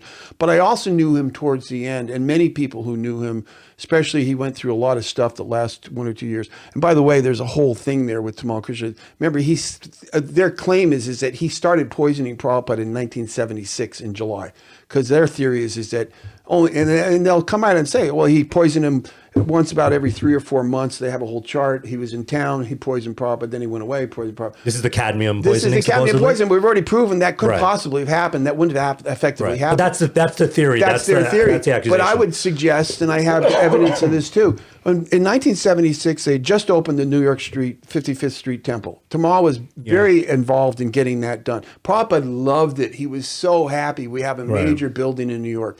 The other thing he did was he's very active in getting the 1976 Rath Yatra Parade, which is the victory parade 10 years earlier. Right. Prabhupada came, after coming to New York, he actually had the vision of having Rath Yatra on Fifth Avenue, and we did it. Yeah. And Tamal was very And this is involved in getting that 76. done in 76. Right. The other thing that happened was later that year, there was a big legal case with Trados and Adikeshava where the Freedom Foundation of America was threatening ISKCON as being a cult.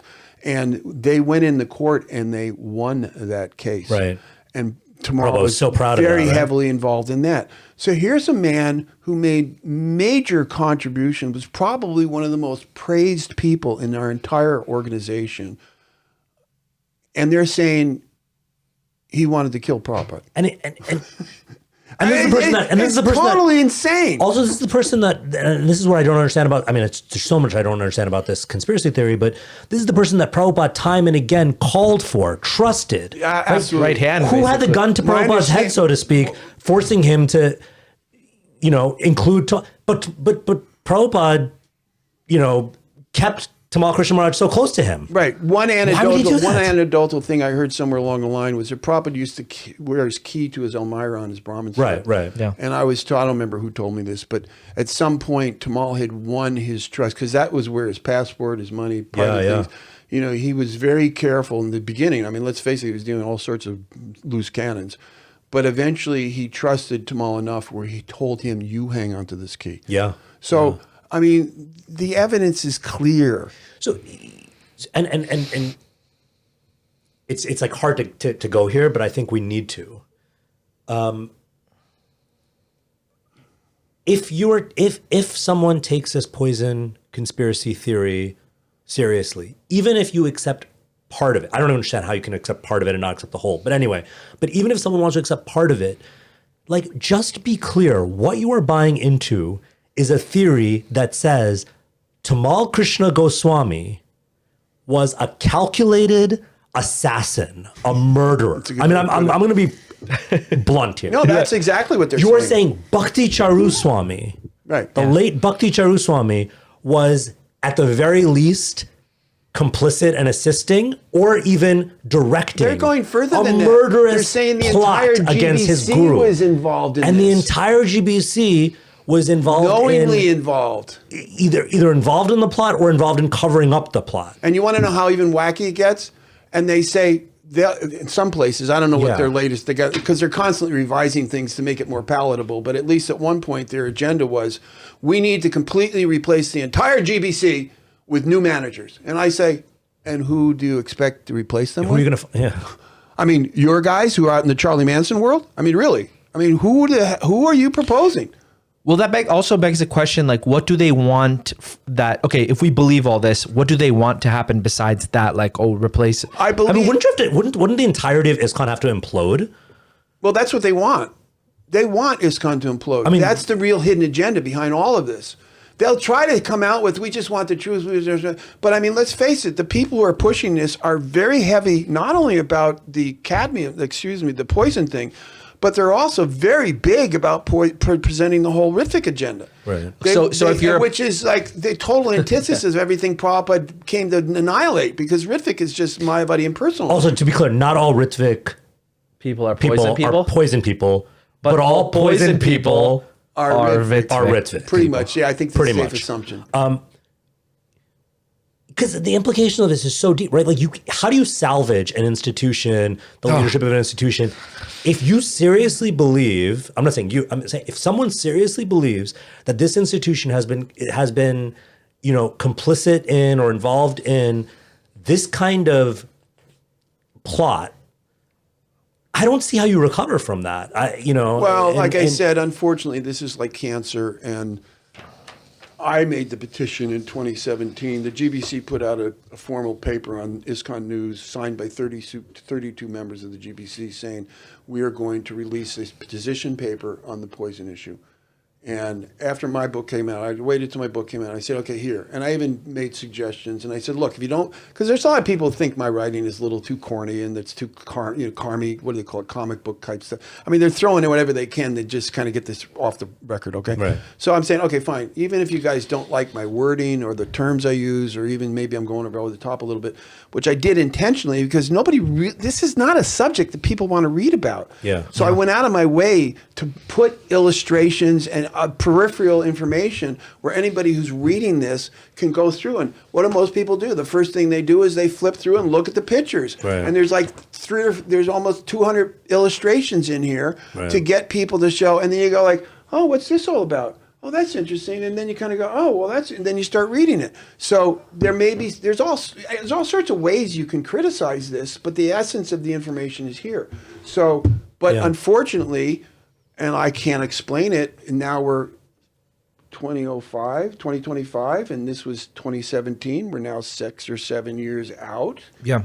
And the GBC still hasn't figured out how to write a simple 1 or 2 page something.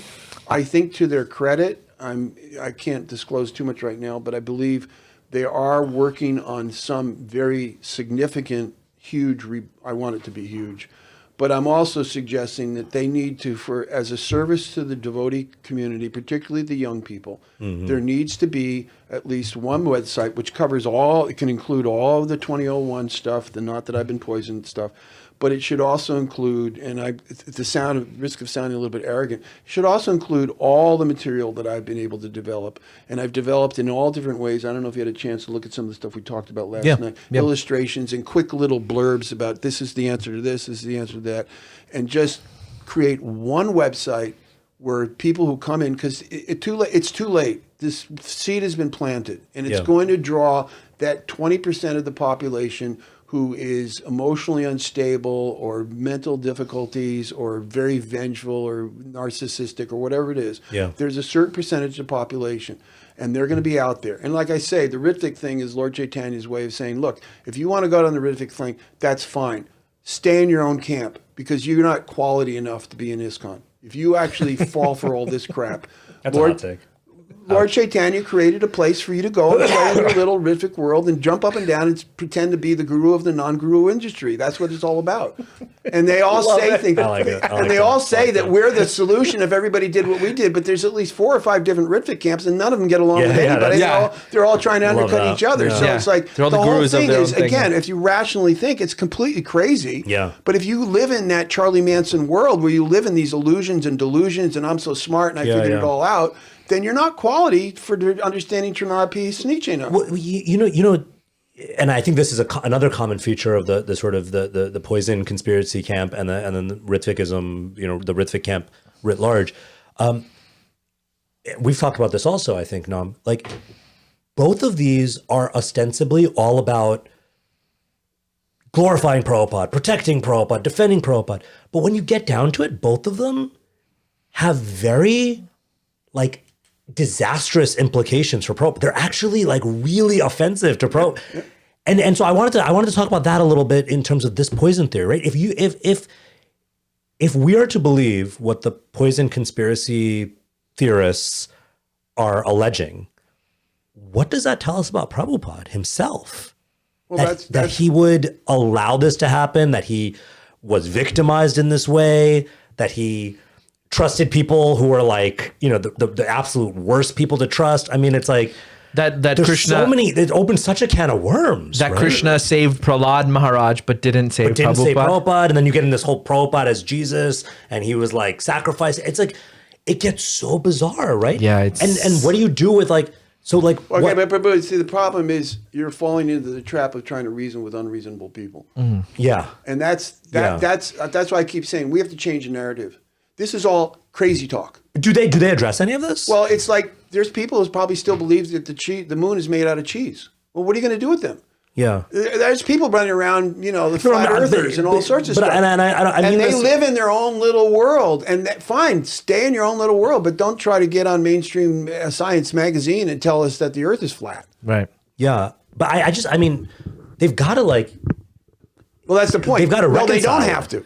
That's the point. You're not getting it. They don't have to. They're going. Charles Manson was brought up for parole 12 times in the 70 or 48 years or whatever it was he was put in jail. And every time they brought him up, trying to give him a chance to show compassion, he was still so freaking crazy and out of control and so dangerous to society. They said, "Nope, you're going back to jail." Yeah. It's like that saying, it was the argument, the guy's drowning, Rick, that whole thing. The scissors. And he's drowning. That's like your favorite story now. We love that. Right. I love that story. I mean, but Prabhupada story. The thing is, what we need to learn from it is, the thing is, rational people, what is it? I had a little quote here, I read it to you last night. I came up with this just thinking about this. The Dharma for engineers, logicians, and those who seek the truth is constrained by metrics and measurements. If you have a person designing something, you want to know that this piece of steel is going to hold so much weight, because otherwise you're going to have people are going to get hurt. But whereas the artists, empaths, and the creative are inspired by feelings and emotions, and they create the art and stuff. So you've got this whole spectrum of consciousness. And there is a branch of our society. This is the same thing, not that this is the end of the show here, but this whole thing with all this child molestation. 6% of the population has pedophilia tendencies. And if you measure ISKCON based on that statistic, we're actually doing pretty damn good compared to the Boy Scouts and the freaking public schools and definitely the Catholic Church. But they don't want to talk about that. They just want to look at the few individuals that these horrible, horrible things and say, well, that's ISKCON. Right. No, it's not ISKCON. It's a few individuals who should have been processed through the normal channels. And this is another one of those subjects, which is there's people who have their own emotional complex to do what they do, and they're going to go drowning, like this. Charles Manson, he died in jail because he was so completely nuts. Yeah. Well, I mean, you and I don't anticipate, in terms of the more recent people, one of the things that's always been a shock to me is I actually had a pretty nice friendly relationship with Dear Govinda. And actually part of the reason why I wrote this book was I started responding to a letter of his, and when I got 40 pages through the letter, I realized I'm just getting started. This isn't going to be a letter to Dear Govinda, this is going to be a book. So he's actually responsible for this book.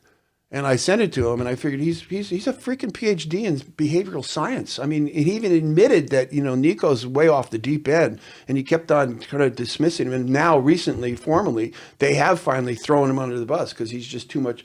But the question is, why do they keep presenting this when we've just given a whole hour and a half of reasons why it doesn't make any sense at all? Yeah. Can we do a Chaitanya Charan-esque, I feel like we need to sort of do a quick, there were 3 sort of buckets of evidence. Yes.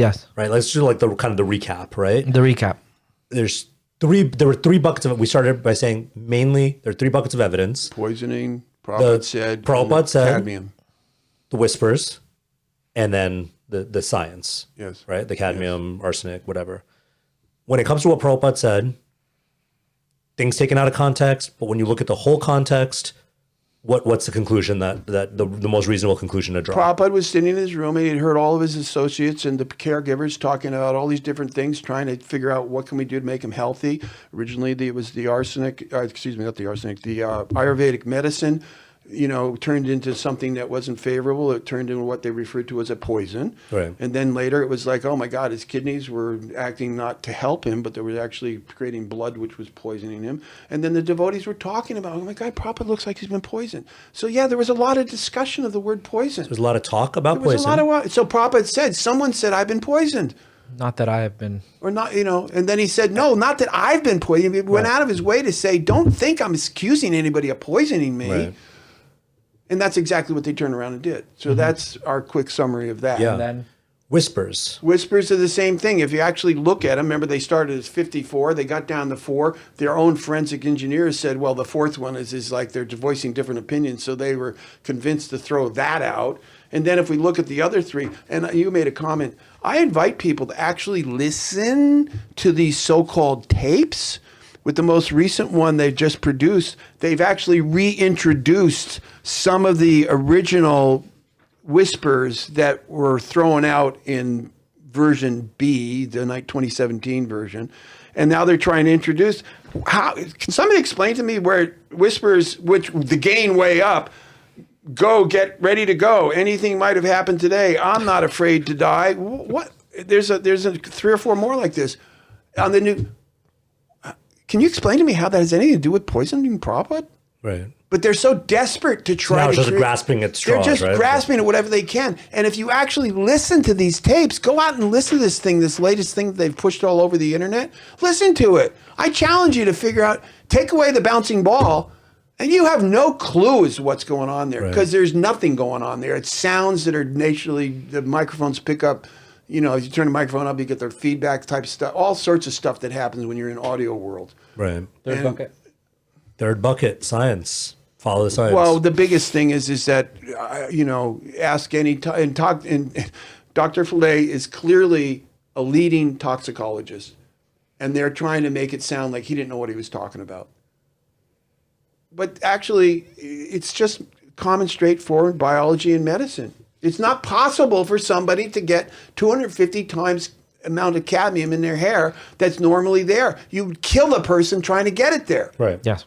So the accusation is cadmium.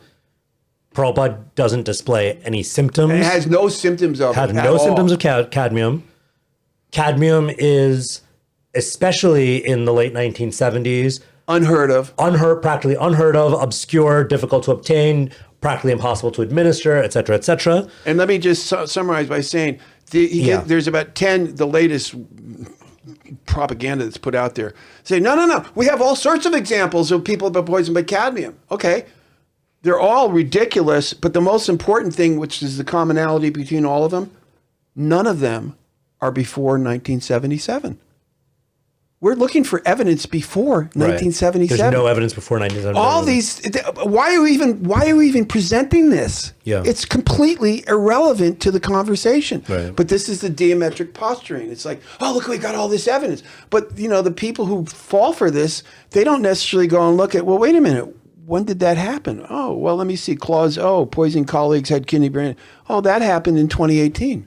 Right. Well, what's that got to do with what happened in 1977? Yeah. So so Prabhupada has no symptoms that are consistent with cadmium poisoning. Cadmium poisoning would have been extremely unlikely to the point of almost being virtually impossible due to how, you know, practically unknown it was. And then you have this like alarmingly, almost impossibly high amount that's found in hair follicles that like there's no that if anything points to an anomaly or a problem with the testing.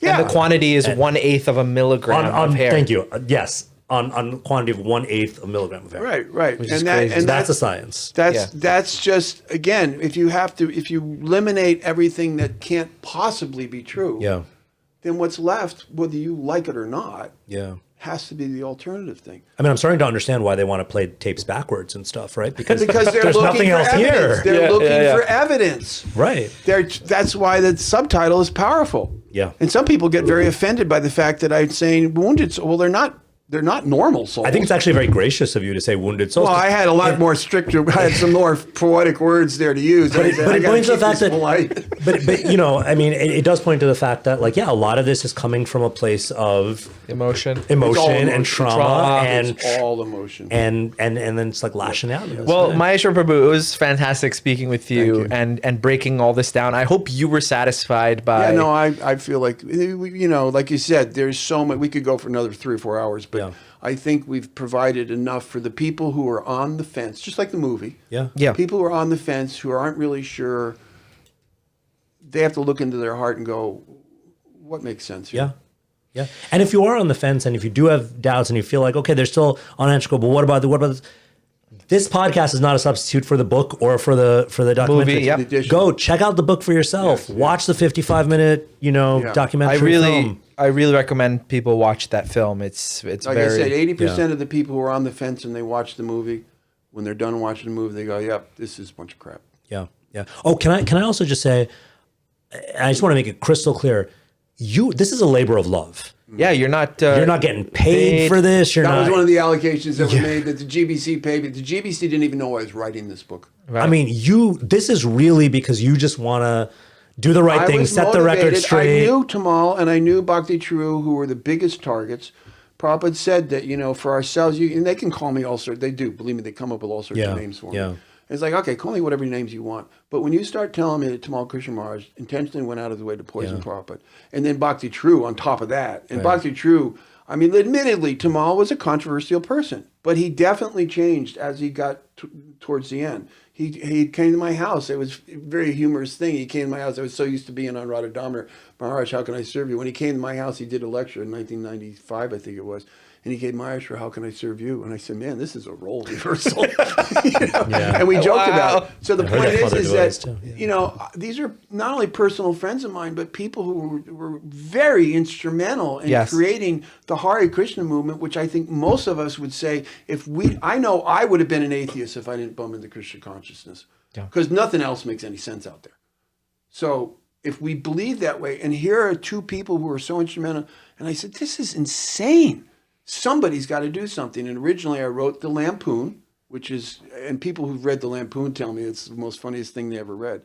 But then when I realized that was getting dismissed, oh, you're making a big joke out of this. Okay, you want something serious? Here, I'll give you something serious. Here's 500 pages. Be careful what you wish for, right? Yeah. So that's kind of a little bit back. On behalf of the younger generation, I want to thank you for doing this, Prabhu. Absolutely. And that was actually my motive. I say it in the beginning of the book. I said, I'm writing this for the historians. Because historians, at this point, there's so much controversy, and people need to know what the original. We're still founding the movement right now, and this is the kind of stuff we have to cope with. Yeah, 100%. If you like this podcast, please share it with your friends, and again, please go and do your own research. Read the book, watch the documentary, come to your own conclusions. Don't just believe people on what they say, but actually anything that they say. Yeah. Do your own research. And thanks, everyone. Thank you again, Prabhu. Thanks, Venkata, as usual. Thanks, Nam. Hare Krishna. Have a great night. And Jai Srila Prabhupada. Haribol. Haribol. Thanks, Prabhu. Thank you. Very good. Thank you.